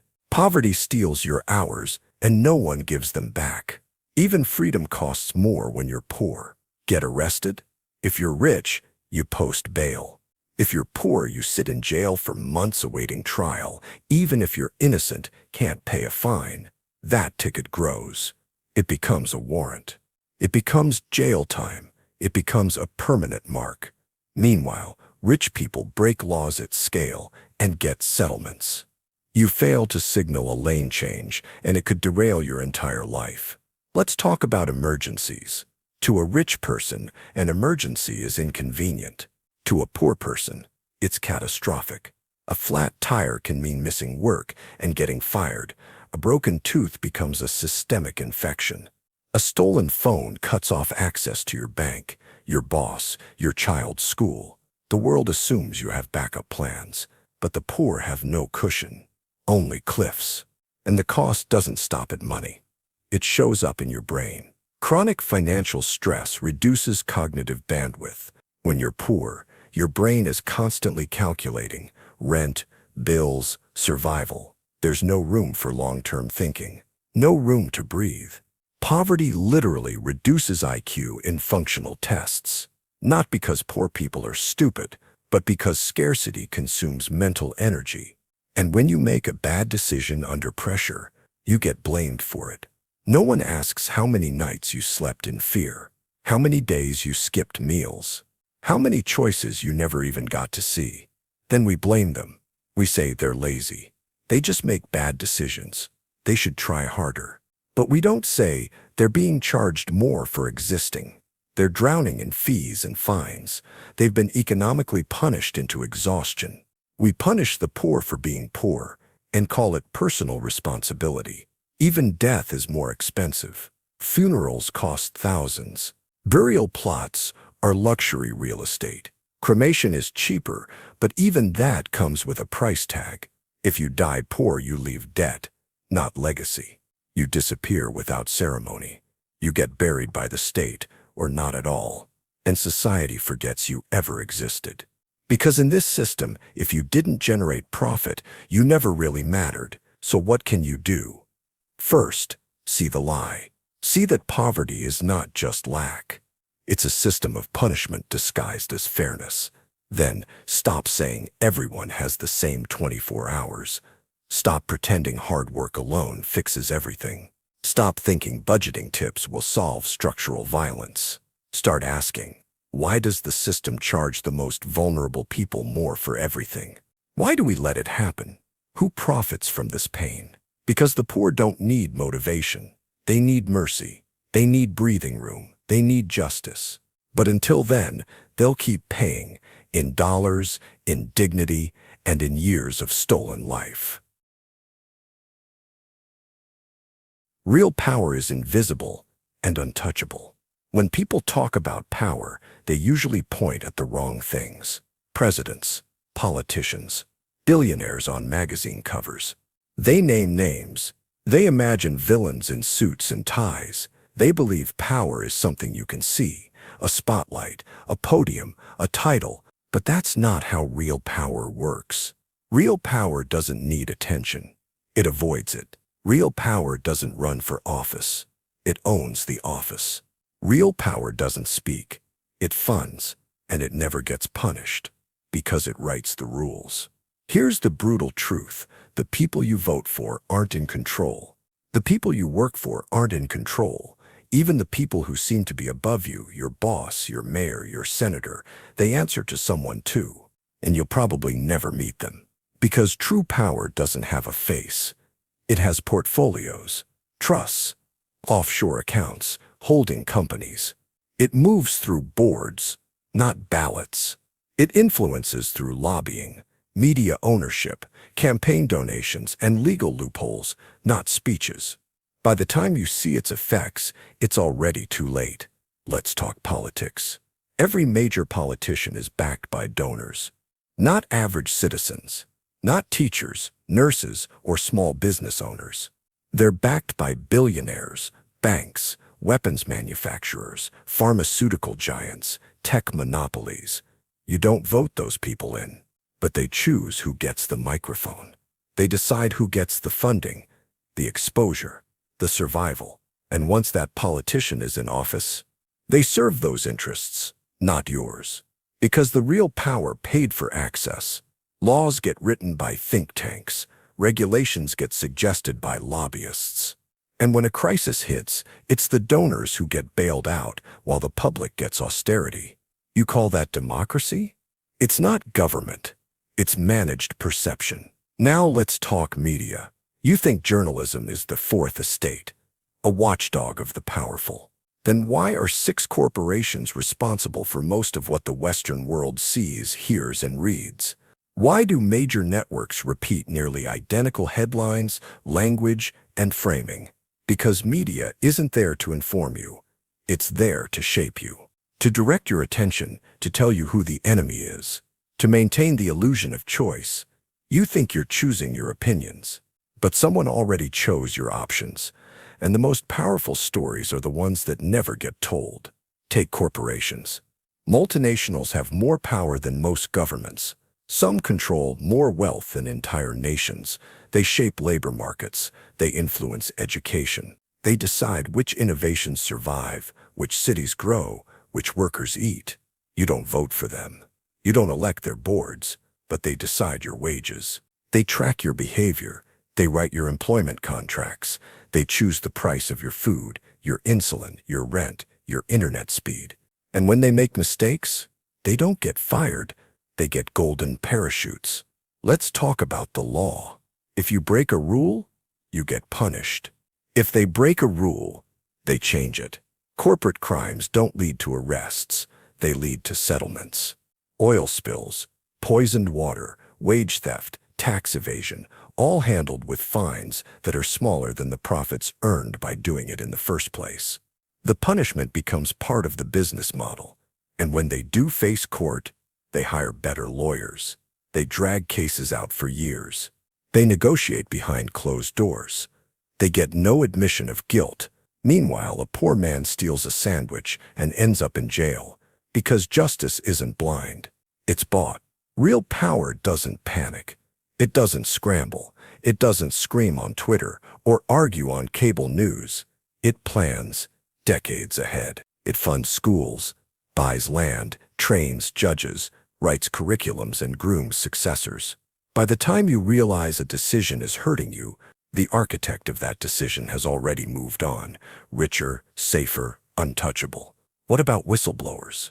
They get silenced, fired, exiled, imprisoned, suicided, because exposing the truth doesn't change the system, it just makes you a threat. And the system protects itself, not the truth. Real power doesn't fear facts. It drowns them in noise, in distractions, in 50 versions of the same event, all framed to confuse, discredit, or exhaust you. And here's the most brutal part. You help it. You echo narratives. You shame people who step out of line. You police your coworkers, your neighbors, your kids, all to maintain the rules you didn't write. Not because you're evil, because you were trained to, because you're afraid, because power delegates control to the controlled. And in doing so, never gets its hands dirty. You don't see the real owners of the world.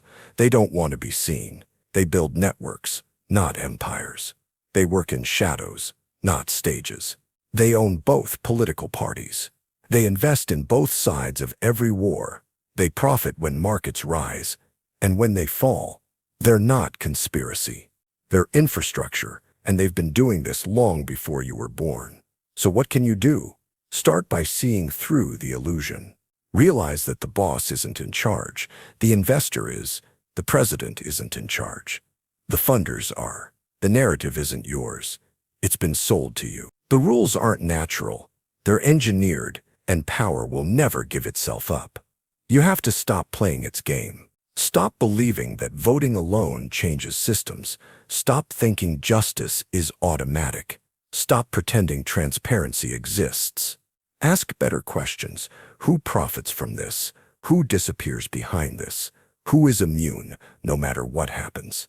Because if someone can't be fired, can't be arrested, can't be touched, that's not a person. That's power. Most people would sell you out instantly.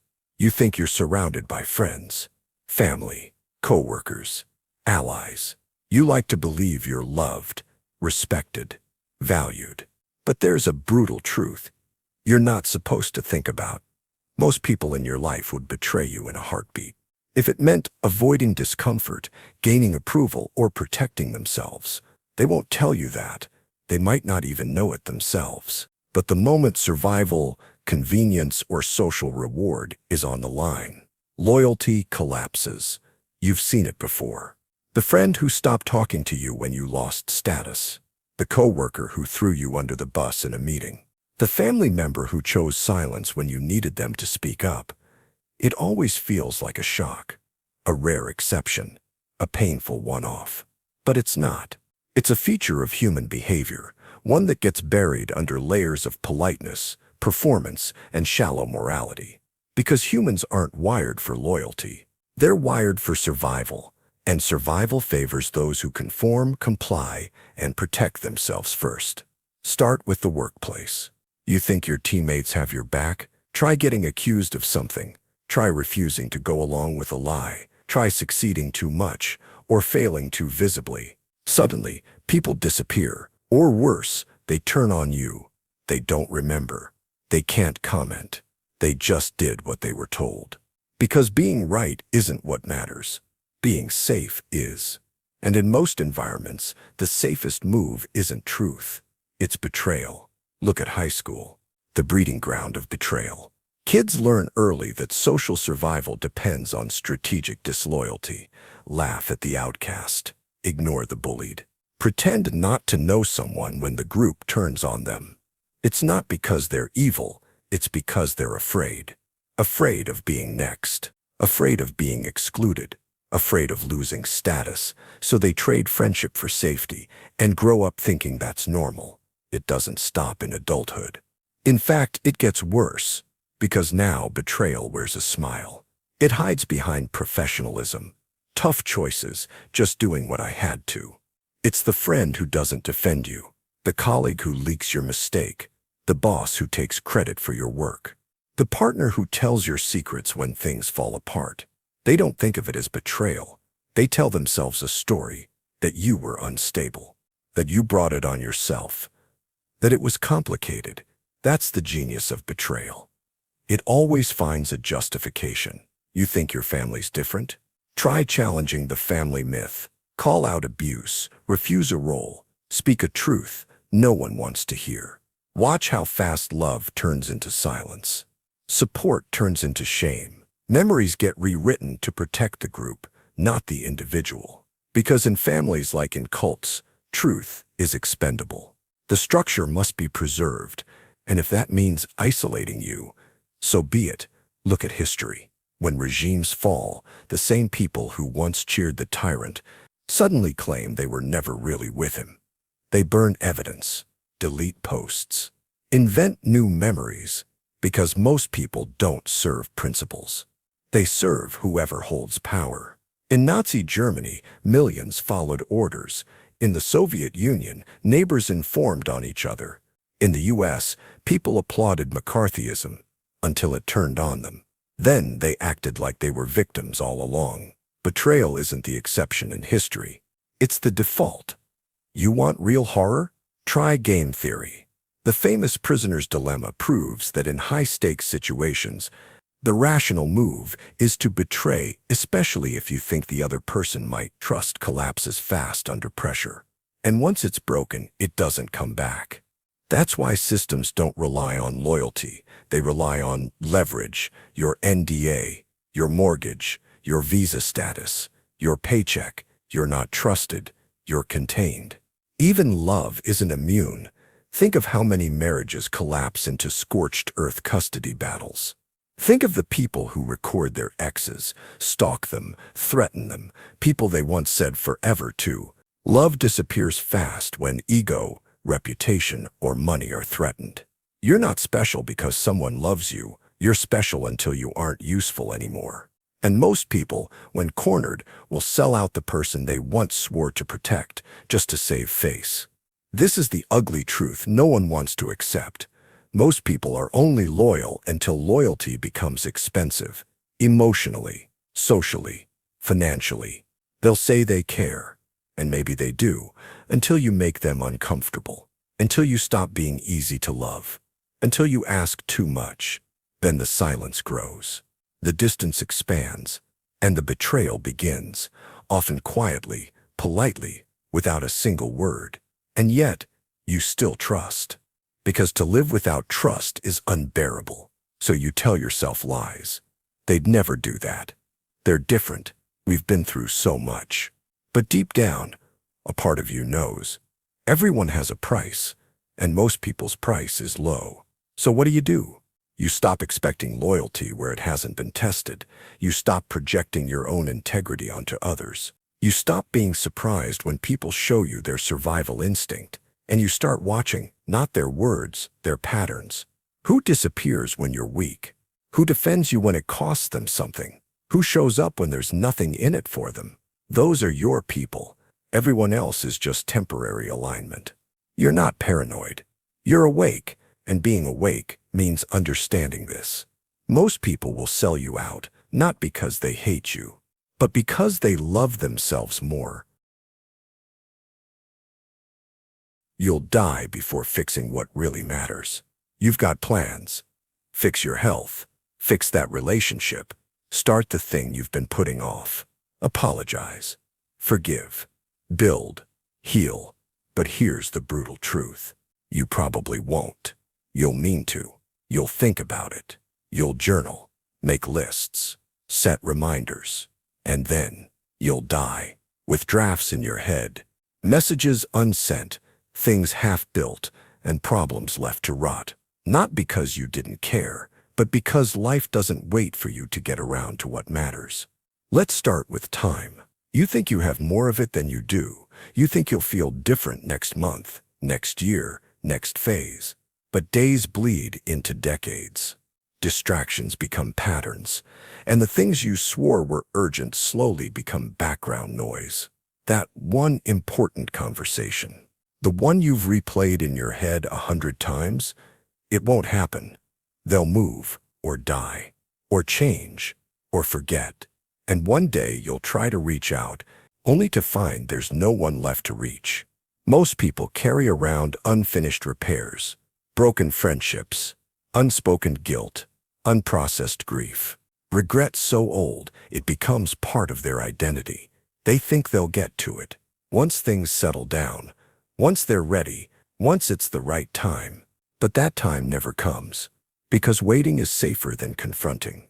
Avoidance becomes a religion, and silence becomes permanent. Think of the people you love. Now imagine the worst thing you've never told them. Imagine never telling them. Then imagine them dying before you get the chance. That's what happens. Every day, mothers bury sons without ever saying, "I'm proud of you." Best friends die mid-argument. Spouses lose each other before they forgive. We assume we'll have time. We assume life moves like a script. But life isn't a story. It's an interruption machine. You want to change your life? You probably won't. Not because you're lazy, because the system you live in is engineered to prevent it. Your job drains you. Your phone rewires you. Your habits trap you. Your brain lies to you, and the people around you are also too busy surviving to help. You think you need motivation. What you really need is freedom, and that's exactly what you're not allowed to have. Think about your dreams. That book, that trip, that project, that reinvention. How long have you been saying someday? How many years have passed since you first said it? How many more will pass before you realize you've already waited too long? You're not early. You're not preparing. You're not being smart or careful. You're stalling, and time doesn't care. The people who do change things, they do it in pain, in fear, in desperation. They don't wait until it's convenient, because that moment never comes. Growth hurts, change burns, and fixing anything, especially yourself, means tearing through denial, ego, and excuses. Most people can't do that, so they don't. They cope instead of change. They decorate the prison. They master the routine. They call stability a success, and tell themselves that avoiding collapse is a form of wisdom. Now think about the world. Climate collapse, political decay, economic inequality, mental health crises, loneliness, epidemics, widespread burnout. You care. You know it's broken.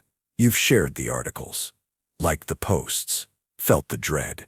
But what are you really doing? Probably nothing.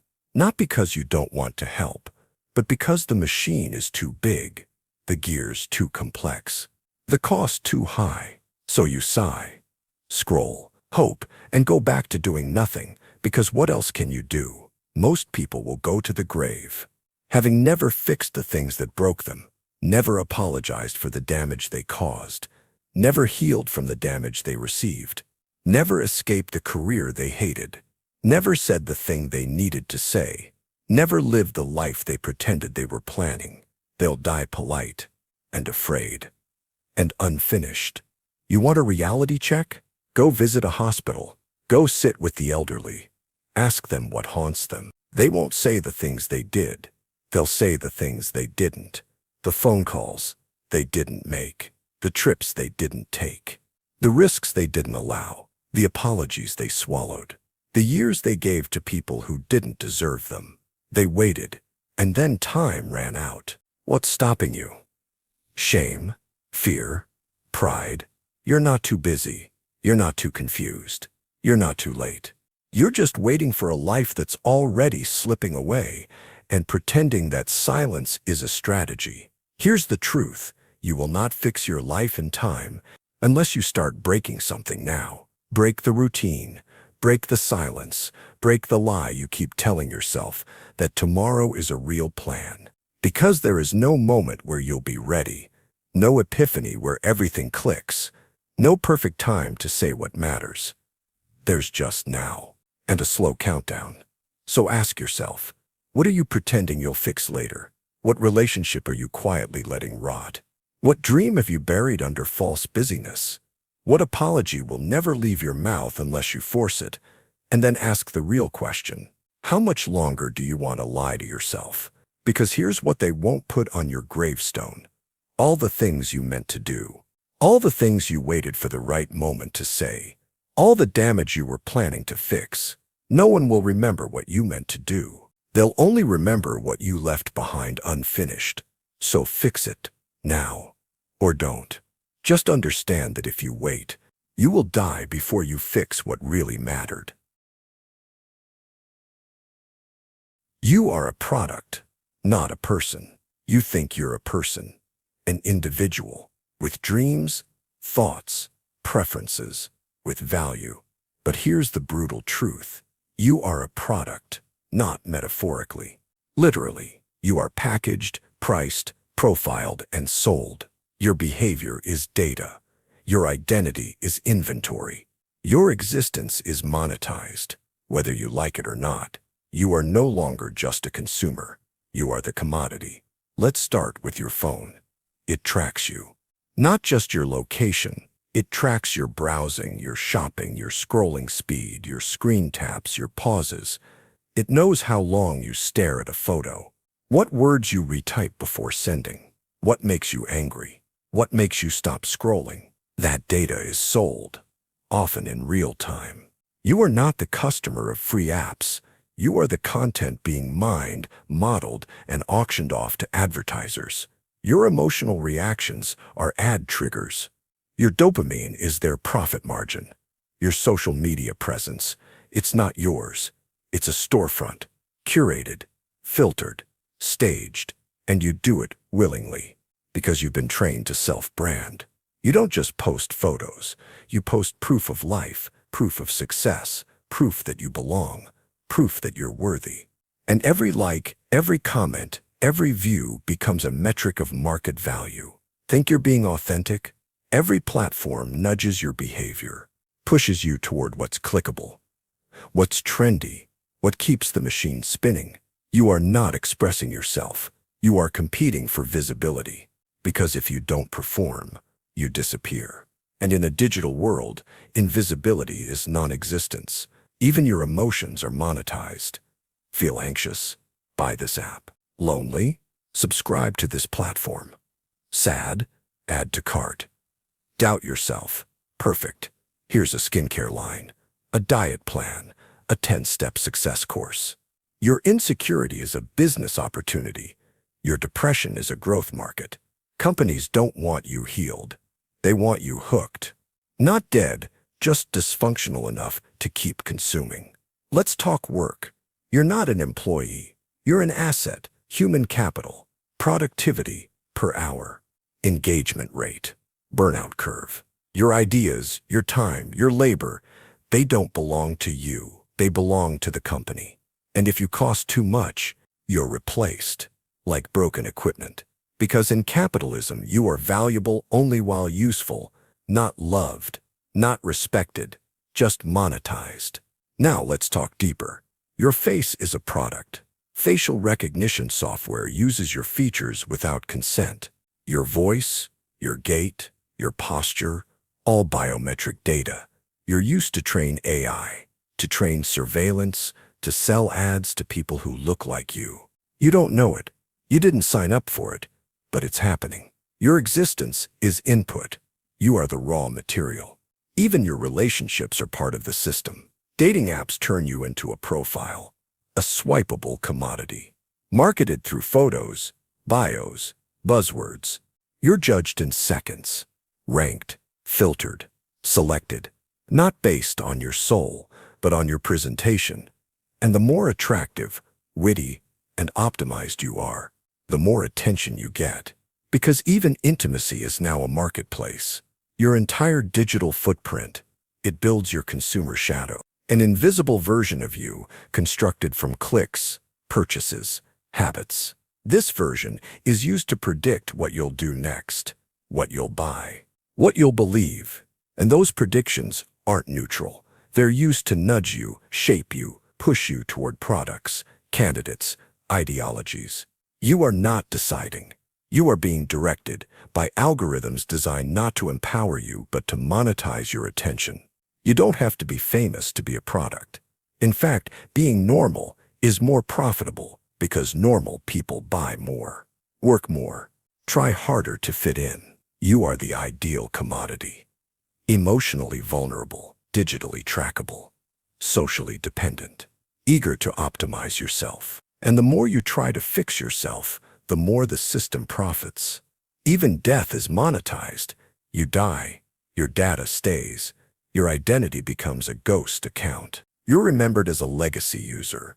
Your online presence becomes another platform's property. Meanwhile, your funeral costs thousands. Your debts are sold. Your digital life is archived and mined. You don't even own your corpse. It's a financial event. So what do? You stop pretending you're free. You stop believing the myth of individuality in a system designed to harvest your personality. You stop asking, what do I want? And start asking, who profits from my wants? Because until you understand the system, you are owned by it. You are not a person in this economy.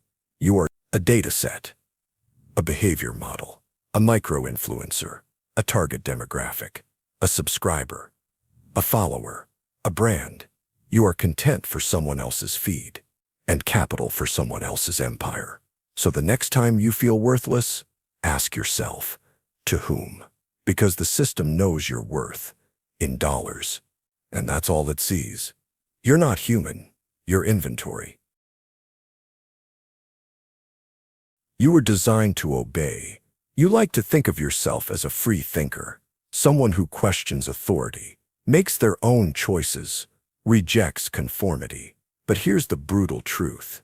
You were designed to obey, not by nature, by design. The systems you live in from birth don't teach you how to think, they teach you how to follow, how to adapt, how to suppress yourself just enough to function.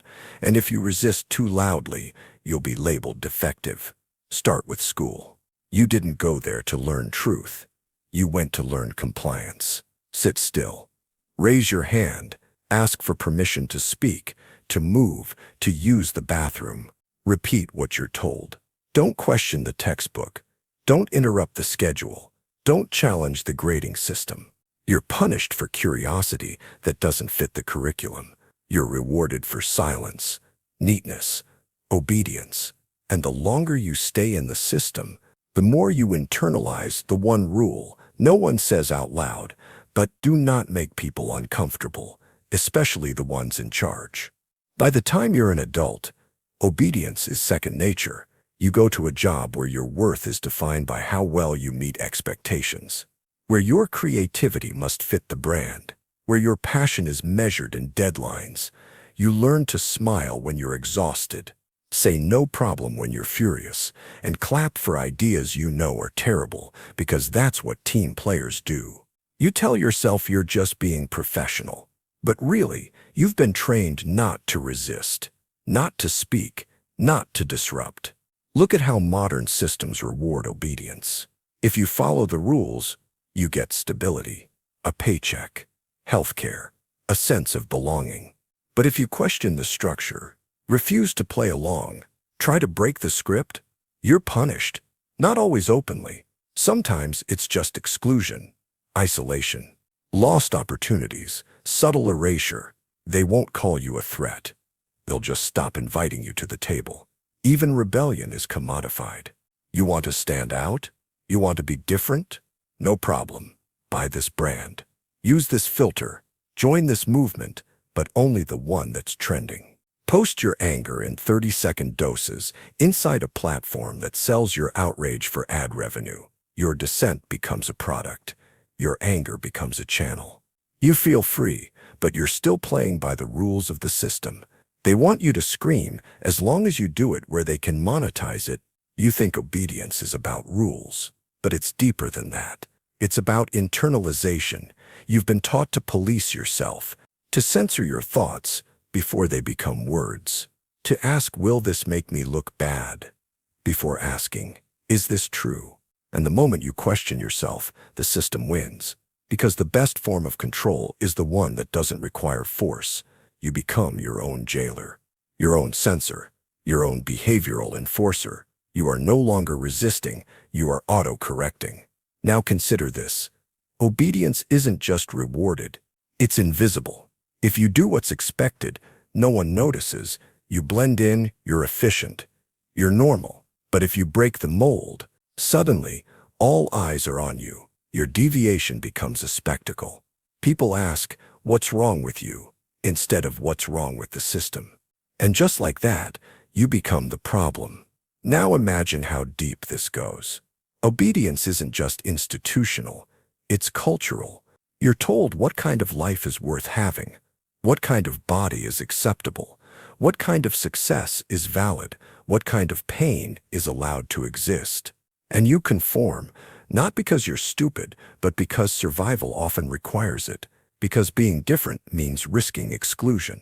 And exclusion, for humans, is a form of death. So you shrink yourself, filter yourself, polish your speech, downplay your anger, numb your instincts, until you don't even know where the performance ends. And you begin, let's make it worse.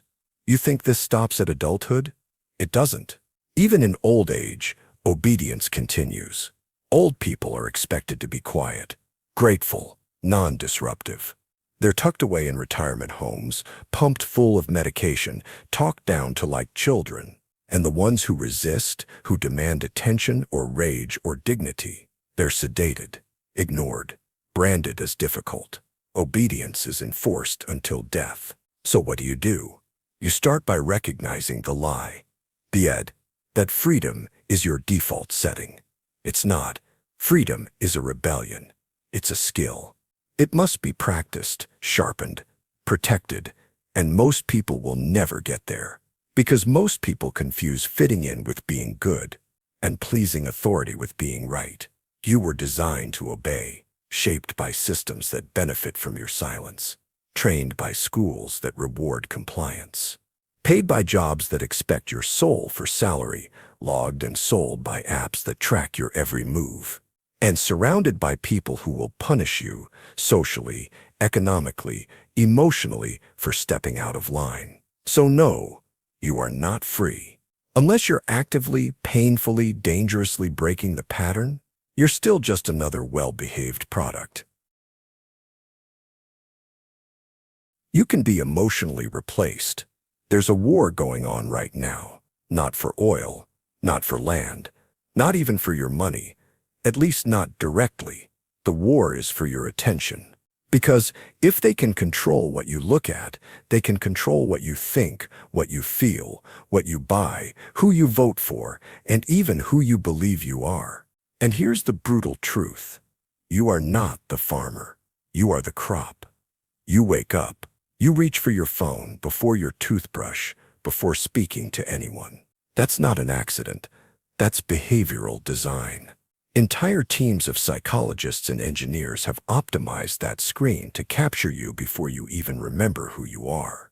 They don't need to control your body, just your focus, because where your attention goes, your energy follows, and energy, in this economy, is extractable. Every notification, every ping, every color on your app icons is designed to simulate urgency, even when there is none. You don't scroll because you want to. You scroll because it feels like something might happen, something you don't want to miss. That itch, that twitch in your brain, that's not curiosity. That's addiction by design. You're not browsing, you're being harvested. Now ask yourself, why is everything free? Why do the most powerful companies in the world offer you endless tools, entertainment, and social connection for nothing? Because you're not the customer. You're the product.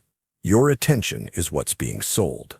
In microseconds, auctioned off in real time to the highest bidder, who pays to place one more ad, one more headline, one more manipulation in front of your eyes. It's not random, it's targeted. Every second you look at that screen, someone is making money off your gaze. You think you're in control of your feed? You're not. You're in a closed loop. Algorithms decide what you see, and those algorithms aren't neutral. They're optimized for engagement, not truth, outrage, not accuracy, addiction, not well-being.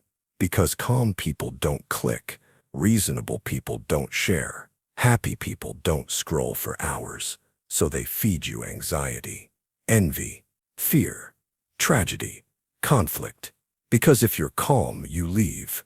But if you're angry, scared, or insecure, you stay. And staying is all they need. Because the more time you spend staring at the screen, the more data they gather, not just what you like, but how you feel. Your emotional spikes, your insecurities, your triggers, your weaknesses. That data is used to make the system better, not for you, but against you. They learn how to keep you hooked, how to shape your beliefs, how to sell you things you didn't want, and sometimes how to make you into a person who wants the things they are selling. You don't evolve. You're sculpted. Let's go deeper. Even when you're not online, the system is still working. Think about the thoughts you have while alone. The way you narrate your life, the things you worry about, fantasize about, compare yourself to. Most of those scripts aren't yours. They were inserted by ads, by influencers, by content optimized to go viral, not because it's true, but because it keeps you looking.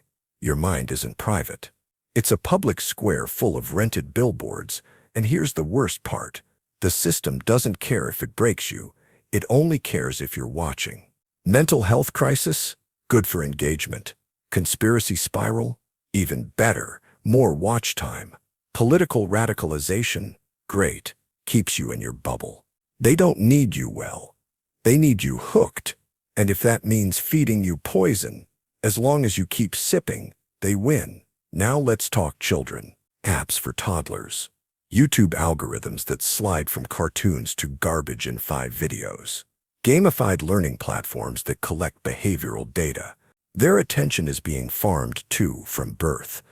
You are raising kids inside a psychological casino, and if you don't intervene, the algorithms will raise them for you. Think it ends when you log off?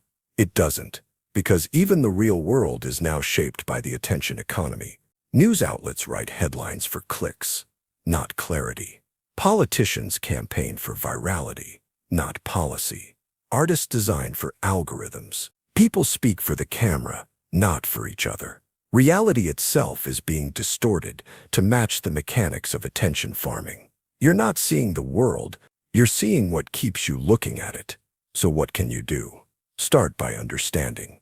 Your attention is not free. It is not infinite. It is the most valuable limited resource you own, and every time you give it away, you empower the system that thrives on your distraction. You don't need to quit the internet, but you do need to fight for awareness. Ask, why am I seeing this? Who benefits if I believe this? How is this trying to make me feel? Most importantly, what was I thinking about before this stole my mind? You are not weak for falling into the trap. The trap was designed with military precision. But now that you see it, you get to choose. Keep scrolling or wake up. Because if you don't control your attention, someone else will, and they already are. Childhood trauma never fully leaves. You grow up, you get older, you tell yourself, that was a long time ago. You get a job, move cities, change your name in a few places. Maybe you even cut contact with the people who hurt you, but the pain didn't stay behind. It moved in with you. It changed shape. It wears your face. Because here's the brutal truth. You don't outgrow childhood trauma. You just learn how to carry it without screaming.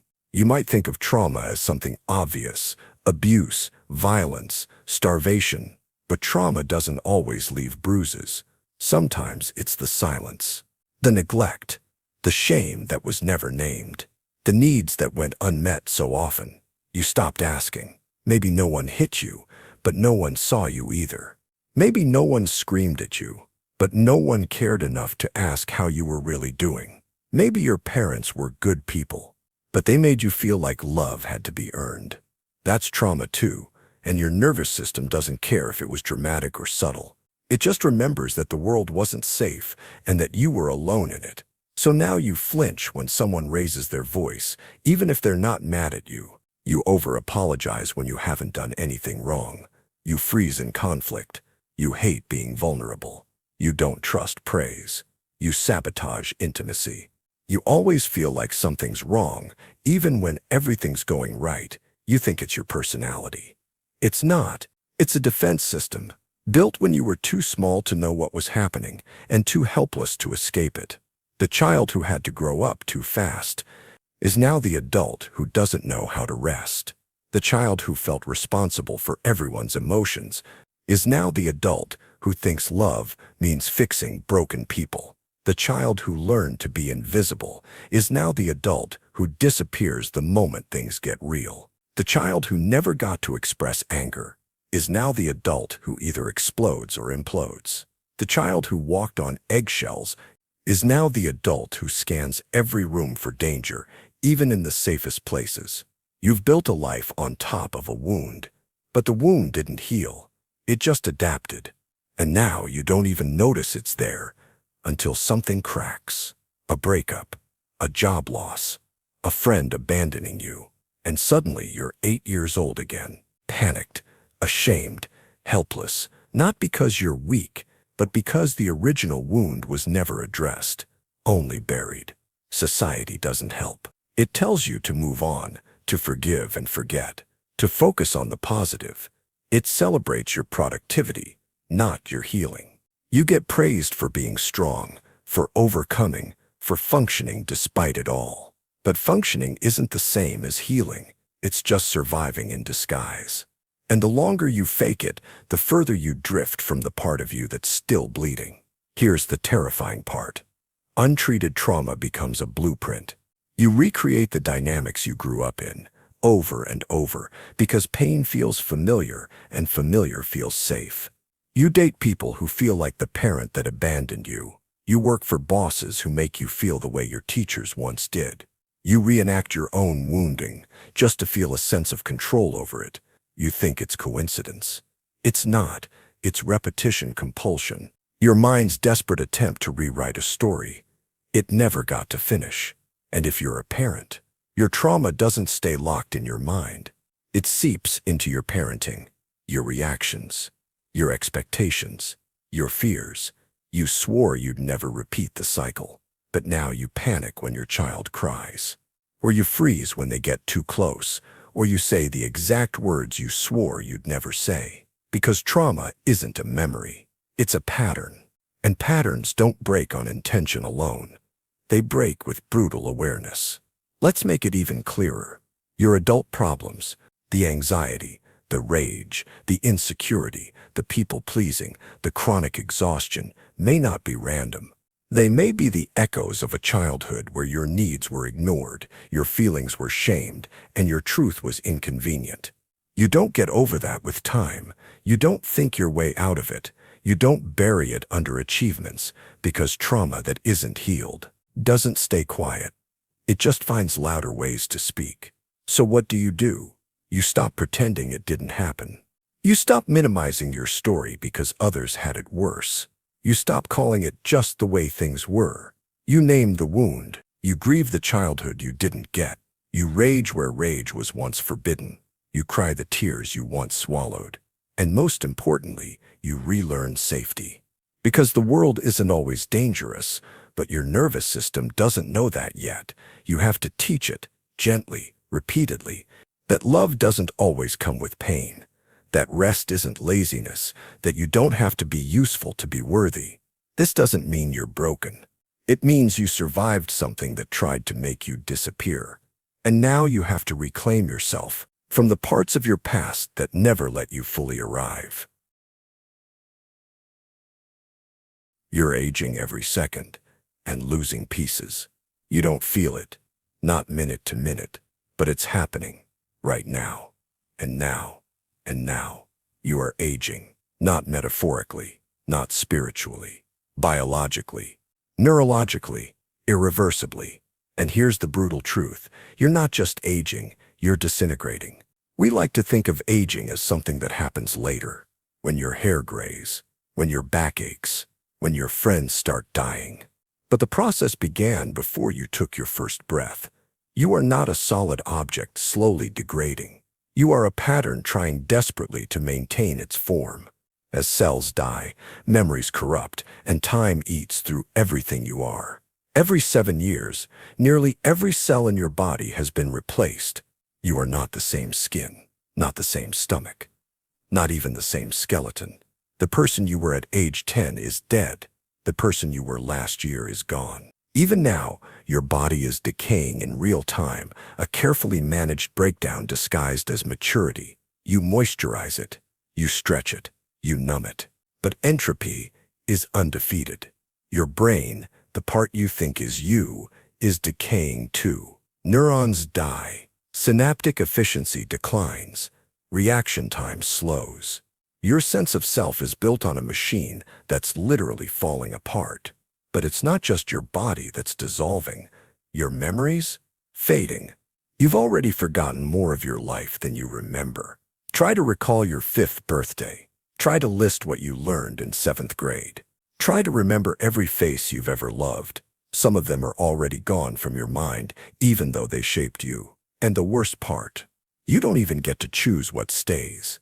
The brain prioritizes survival, not sentimentality, which means the most beautiful, meaningful moments might disappear forever while your worst traumas remain vivid. You're losing pieces of yourself, and you won't get them back. And then there's the slow erosion of possibility. At age 5, you could become anything: an astronaut, a magician, a revolutionary. At 20, doors are still wide open. At 30, you start to notice them closing. By 40, some are locked for good. Some careers, gone. Some skills, harder to learn. Some dreams, biologically impossible. No one tells you when it happens. There's no notification. You just wake up one day and realize you're on a narrowing path. You aren't building your future anymore. You're negotiating with what's left. Even your personality isn't safe. You think you're still the same person. You're not. You react differently. You forget what used to matter. You develop new neuroses, new habits, new fears. Some things you once loved now bore you. Some things you used to hate now define you, and yet you keep calling it me. As if it hasn't changed 20 times already. As if you isn't just a temporary pattern held together by memory, habit, and denial. But here's the truly disturbing part. You never notice the moment it happens. You don't realize when you played your last game, or had your last conversation with someone, or held your child for the final time before they grew too big, or laughed like that for the last time. Life doesn't give you a warning. You're just constantly shedding moments, until one day you realize they're gone. And by then, so are the people you shared them with, and the version of you that existed in them. People fear death. But here's the secret. You've already died 1,000 times. The you that existed in childhood, dead. The you that loved that one person, gone. The you that believed in something bigger, faded. What you call you is a graveyard of past selves, being animated by a brain that refuses to acknowledge the rot. But don't mistake this for depression. This is reality. You are not stable. You are not permanent. You are not whole. You are a process. a shifting arrangement of decaying matter, trying to maintain coherence long enough to believe it was ever one thing. That's the only reason identity feels real, because you forget how much has already been lost. Your body will betray you. Your mind will desert you. Your memories will lie to you, and no amount of kale, meditation, or mindfulness will stop it. There is no version of you that's safe, no identity that won't erode, no moment that won't disappear into time's furnace. So what's the point? Maybe this? Stop pretending you have forever. Stop assuming the people you love will always be there. Stop delaying joy because you think time owes you more. You are disintegrating every second. And there is no repair shop, no second version, no reboot, just now, just this, and then less, and then less, and then gone. You don't control your thoughts. You think you're in control. You think you're the thinker of your thoughts, the author of your mind, the master of your own inner world. But that's a lie. Here's the brutal truth. You don't control your thoughts. You observe them. They rise, they pass, and you watch, like someone eavesdropping on a conversation behind a wall. Sometimes you grab hold of one and run with it, but you didn't choose it. It just showed up, and that means something terrifying. You are not what you think you are. Have you ever tried to not think? To sit in perfect silence, to empty your mind? Try it.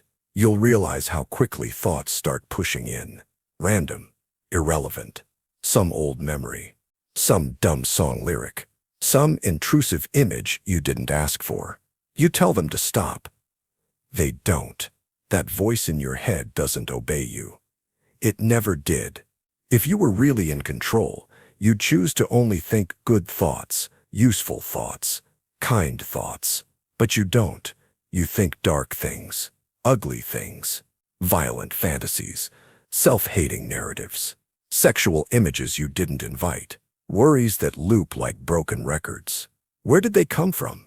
Why would you choose to think something that disgusts you? Simple. You didn't choose. The thought chose you. And it's not just content. It's timing. You don't schedule when to feel regret or when a memory hijacks your day. You don't pick when your mind replays a failure from 5 years ago. While you're trying to sleep, your mind isn't your pet. It's more like a stray dog, dragging in garbage, biting strangers, barking at shadows, and occasionally curling up beside you just long enough to convince you it's tame. But it never was. Science backs this up. Studies show that decisions register in your brain before you're aware of them. Before you say, "I chose," your brain already made the call. You're not steering the ship. You're narrating after the fact, like a sports commentator who didn't write the game. So who's thinking? A mix of things. Your biology, neurotransmitters, hormones, electrical noise, your environment, what you just saw, heard, or smelled. Your conditioning, everything from childhood to advertising. Your trauma, shaping what your brain filters as urgent. Together, they generate thought. And you get the illusion of authorship, like a child pretending to drive from the passenger seat. You might say, "But I have willpower." Do you? Or do you just have habits that happen to align with your goals? What about when your willpower runs out? What about the voice that tells you to eat the cake, skip the gym, send the text? Is that you? Or is that a chemical imbalance? An unconscious craving? A behavioral loop too old to break? What you call will might just be luck. A moment when the chaos inside you happens to aim in a direction that looks like discipline. Think about addiction. No one chooses to crave something that's ruining them, but the thought is there anyway, and no amount of "don't think about it" makes it stop. You can meditate, pray, scream, distract yourself. Still the thought returns, because thought is not commanded. It's endured. Now apply this to every part of your life. That political opinion you have, you probably absorbed it from your parents, your culture, the algorithm. That insecurity you carry, installed in childhood, reinforced by years of social comparison. That random hatred you feel for someone who reminds you of someone else. Not rational, just associative memory firing behind the scenes. And yet you call these things you. You build your identity on them, as if they were yours. As if you made them, you didn't. They just stuck. This is why people are so easy to manipulate. Plant the right image, the right fear, the right phrase. They're taking your jobs. You deserve better. You're not safe. And suddenly your mind reacts. You think it's your belief, but it was seeded by someone else. This is how propaganda works. This is how cults work. This is how social media works. Not by changing your behavior directly, by infiltrating your thoughts. And once a thought feels like your own, you'll defend it like a limb, even if it's poison. So what's left? If you don't control your thoughts, what are you? A body reacting to stimuli? A puppet yanked by chemistry and memory? Maybe, or maybe you're the watcher. Not the thinker, but the one who sees the thought arise. The one who notices, this isn't me. This is just something passing through. That realization doesn't stop the thought, but it changes your relationship to it. You go from drowning in the river to standing on the shore, watching it flow. This isn't comforting. It's horrifying. It means you're not who you think you are. It means the voice in your head is just one more noise in the room. But it also means you're not your worst thought, not your trauma, not your fear. You're the silence beneath it. And that might be the only real freedom you have. You might be the villain in someone's story. You see yourself as the main character. It's natural. You know your pain, your intentions, your regrets. You're the struggling hero trying to do the right thing. But here's the brutal truth. In someone else's story, you're the villain, not a misunderstood anti-hero, not a flawed protagonist, a full-blown antagonist, the source of someone's pain. The one they still talk about in therapy, the nightmare version of you that haunts their memories, and you probably have no idea. Think back, that cruel comment you made in high school, the one you forgot the next day, might have shattered someone's self-worth for years. That breakup you handled with silence or sudden coldness, they might still be carrying it, wondering what was wrong with them. That employee you overworked, that friend you ghosted, that child you ignored when they needed comfort, you may have rewritten the story of their lives in a way you'll never be around to witness. Intentions don't erase impact. You might say, but I didn't mean to hurt anyone. That doesn't matter. In your head, it was just a bad mood, or a misunderstanding, or they were too sensitive. But to them, it was betrayal, abandonment, emotional violence. You see the behind the scenes of your life. They only get the broadcast version, and the version they saw made them feel small or broken or unsafe. It gets worse. Sometimes, the more power you have, social, emotional, economic, the less you notice the damage. You might think you're just setting boundaries. But to someone with less power, you're exerting control. You're creating fear. You're casting a shadow you don't even feel. Think about managers, parents, teachers, lovers. The smallest decisions can alter someone's trajectory, and we rarely go back to check the wreckage. It's easier to believe the story where you're always right, where your pain justifies everything, where everyone you've hurt either deserved it or it wasn't really that bad. But that's a fantasy, a survival story. You are not universally seen as good. You are not the hero in every chapter, and pretending otherwise only makes you more dangerous. You might think, but they hurt me too. Fine, but that doesn't cancel your role. Villains don't think they're villains. They think they're responding. They think they're justified. They think they're the victim. So maybe you were both. Maybe your story is two tragedies told from opposite sides of a shattered mirror. And here's the part that really stings. You don't get to choose how people remember you. You might have moved on, grown, healed. They didn't. In their mind, you're frozen. As the person who made them cry in a parking lot, as the one who dismissed their truth, as the shadow that darkened their happiest days. And you don't get to rewrite their version, even if it hurts, even if it's unfair, even if it's not who you are anymore, because their pain isn't yours to edit. So, what now? Should you collapse in guilt? Beg for forgiveness? No, but you should remember this.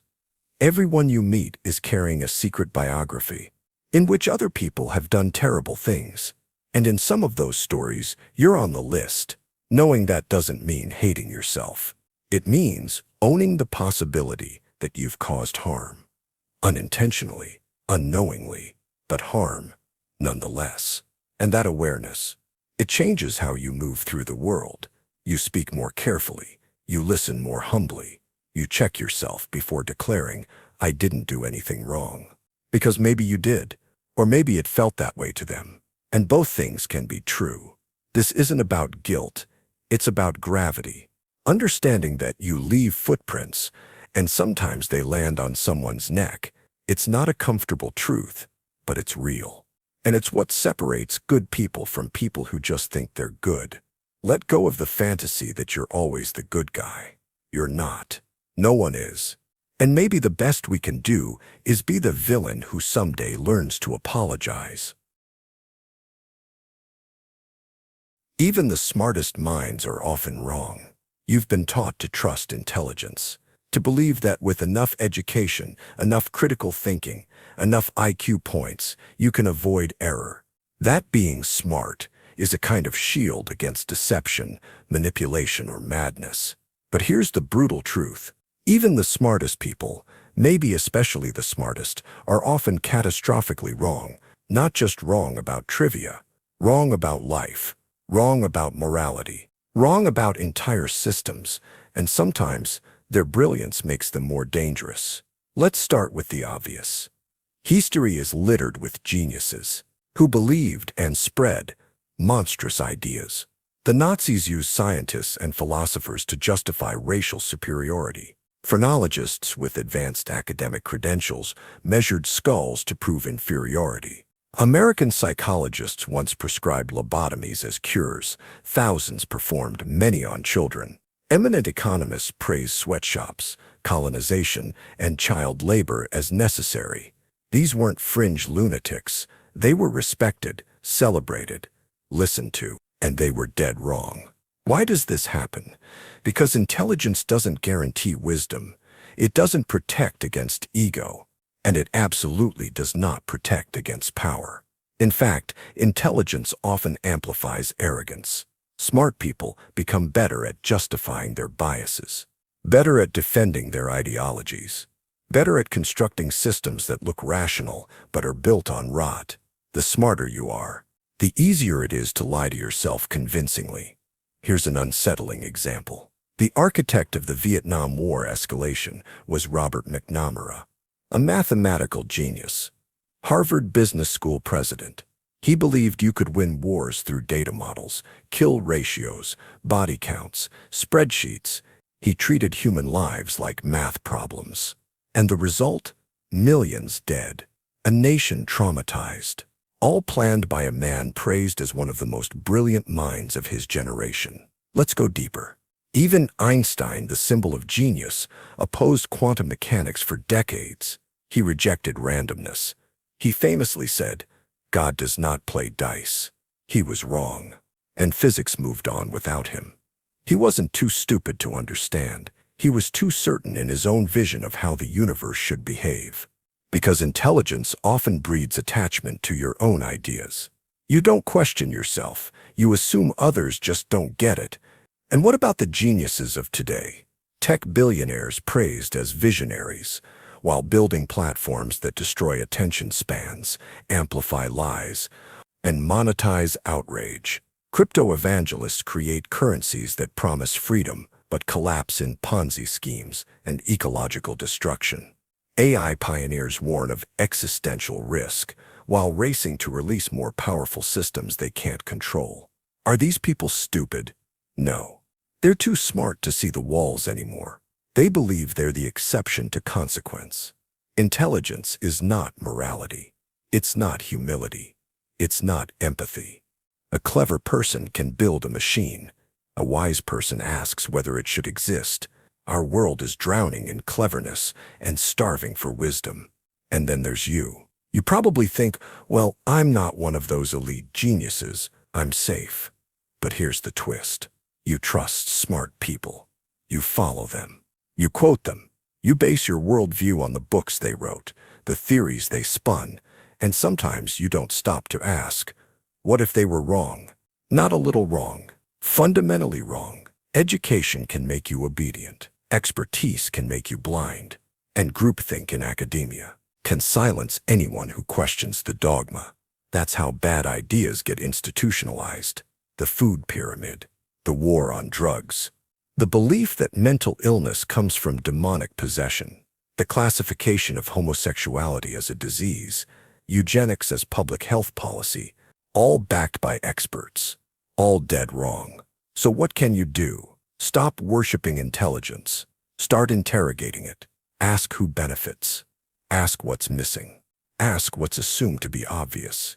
And why? Treat every brilliant idea as a potential trap dressed in elegance.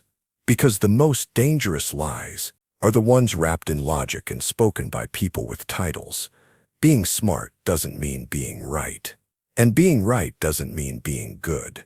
In a world obsessed with genius, we forget the simple truth. The ability to solve a problem doesn't mean you've asked the right question. And until we remember that, we'll keep confusing intelligence for truth and walking into disasters built by brilliant minds. You'll forget most of your life. You imagine your life as a story, a timeline, a coherent memory. You think your past is stored somewhere inside you, waiting to be recalled like a photo album. But here's the brutal truth. Most of your life, your experiences, your thoughts, your feelings will be forgotten. Not after you die, while you're still alive. Let's start with the math. Say you live to 80. That's about 29,000 days, roughly 700,000 hours. Now ask yourself, how many can you actually remember? Go ahead. Try. List every day you lived last year. You won't get far. You'll recall the highlight reel. A trip, a breakup, a tragedy, a success. But the rest, gone, erased. You lived it, you felt it, and now it's as if it never happened. Your brain doesn't record life like a camera. It's more like a sieve. Only a few moments pass through. Why? Because memory is expensive. Biologically, it's metabolically costly to store vivid details. So your brain cheats. It generalizes. It compresses. It throws most of it away. Not because it's unimportant, but because it has to. Think about your childhood. That massive stretch of time where you learned language, social rules, and your sense of self. Now ask, how much do you actually remember? A few fragments. A school hallway. Your mother's voice. Maybe a birthday party. That's it? 10 years of life reduced to a handful of mental snapshots. And it only gets worse with age. Most of your life is lived unconsciously. You walk into rooms without thinking. You have conversations you'll never recall. You stare at screens, scroll, repeat. And the disturbing part is this. You might be forgetting the moments that made you who you are. The quiet ones. The terrifying ones. The ones that hurt but changed you. Gone. Because they weren't dramatic enough to stay. Because your brain, in its cold logic, deemed them irrelevant to survival. There's even a term for this. Autobiographical memory loss. It's normal. It's universal. And it means this. The person you believe yourself to be is built on a handful of remembered moments, surrounded by amnesia. You call it your life. But most of it you can no longer access. You've forgotten who you were at 5. Who you were at 10. The way you looked out a car window, the thoughts you had in the shower, deleted. And now the darker part. You think you're collecting memories. You take photos, you journal, you try to make memories, but those are not your experiences. They're symbols of them. Most of your actual emotional embodied, lived moments, they vanish, not in a century, not in a decade. Sometimes within days. You forget arguments. You forget beauty. You forget the way someone looked at you before leaving. Gone. And no one tells you this. We're sold the fantasy of legacy. That life is a story we get to keep. that what you feel now you'll remember later. But you won't. Your future self is a stranger who won't remember you. He'll forget what kept you up last night. She'll forget the person you love now. They'll forget what you cared about most at this moment. You are already disappearing from yourself. Even worse, some of what you do remember is false. Memory isn't a recording. It's a reconstruction. Every time you recall something, you rewrite it slightly. You blend it with other memories, with expectations, with stories you've heard. Over time, it mutates. So not only do you forget, you distort. Your life is not just fading, it's warping. Why does this matter? Because everything you think you know about yourself, your values, your trauma, your identity, rests on a foundation that's cracked. You build your sense of self on a story you can't verify, most of which has been deleted, and the rest of which might be fiction. That's what you're calling you. People say live in the moment as a cliché, but it's not a spiritual mantra. It's a warning, because the moment is all you'll ever truly have, and even that you'll likely forget. You are the flame, not the wax, and every hour some part of you burns out forever. So what's left? Sometimes a photo, sometimes a scar, sometimes just a vague feeling that something happened once a long time ago. And maybe that's the real tragedy. You don't even get to keep your own life. You live it, and then it leaves you, quietly, without asking, without mercy. And yet, here you are, reading this, trying to make it count, trying to hold on to the moment. So let's not end on comfort. Let's end on clarity. You are not your memories. You are the act of remembering, until you can't. And then, you're just silence. There are no adults, just older children with power.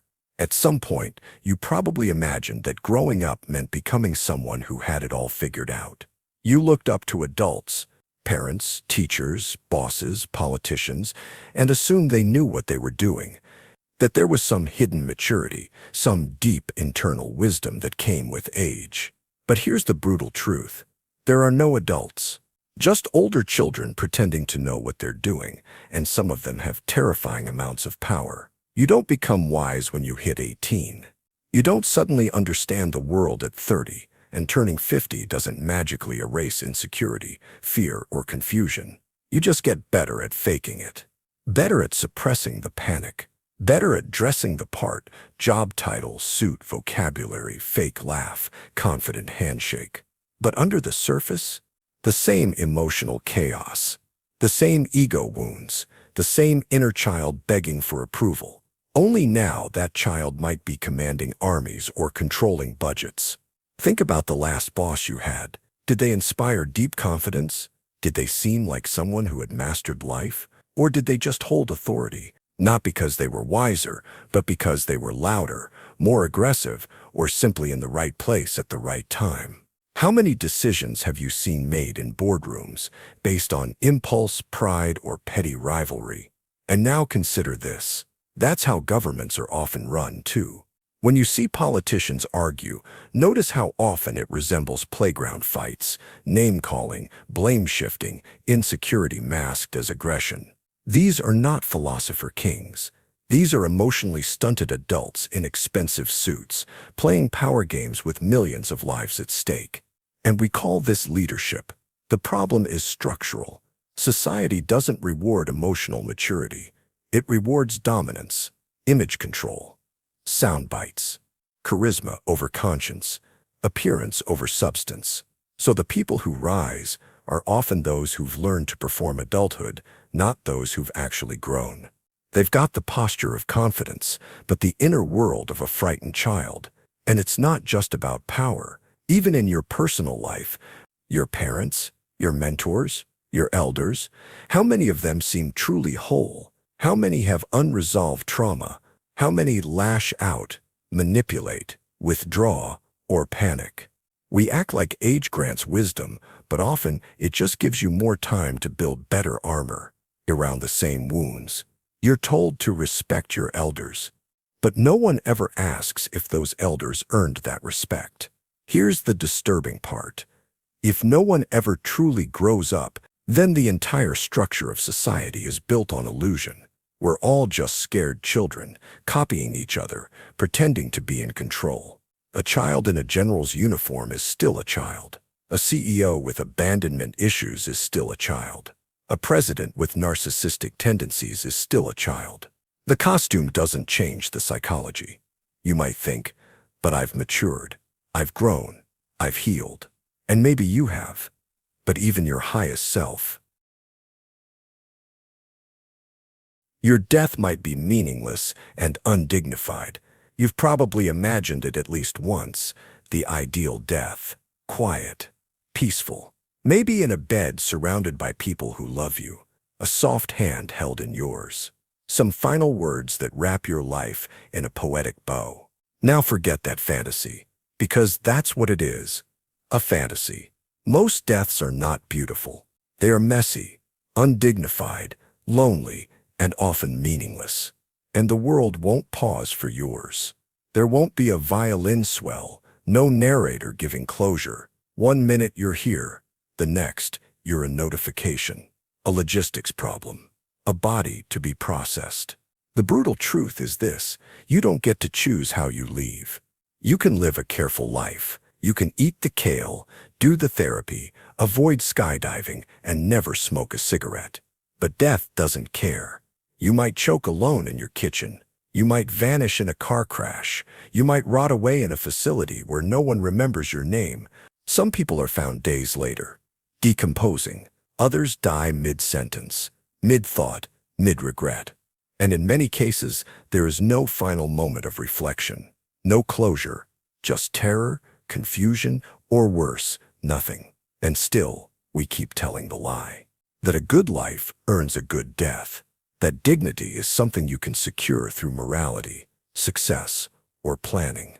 But hospitals are filled with people who lived well and die badly. The dignity of your death may depend less on your character than on staffing schedules and whether someone remembered to change your bed sheets.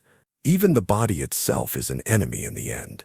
It betrays you. You may lose your speech, your memory, your ability to control your bowels. You may be treated like a problem, a case, a condition, a time slot between other patients. Some will talk about you in front of you like you're already gone. And if you're lucky, someone will say, they didn't suffer, as if that's the best we can hope for, to die without pain. Not with meaning, not with grace, just quietly. But let's go deeper. What if your death doesn't mean anything to anyone? What if the people who knew you have already drifted apart? What if your funeral is small, awkward, or non-existent? What if someone plays the wrong music, forgets your name, or says a speech that doesn't even sound like you? We don't talk about this because we need death to be a reward for enduring life, a reward for being good.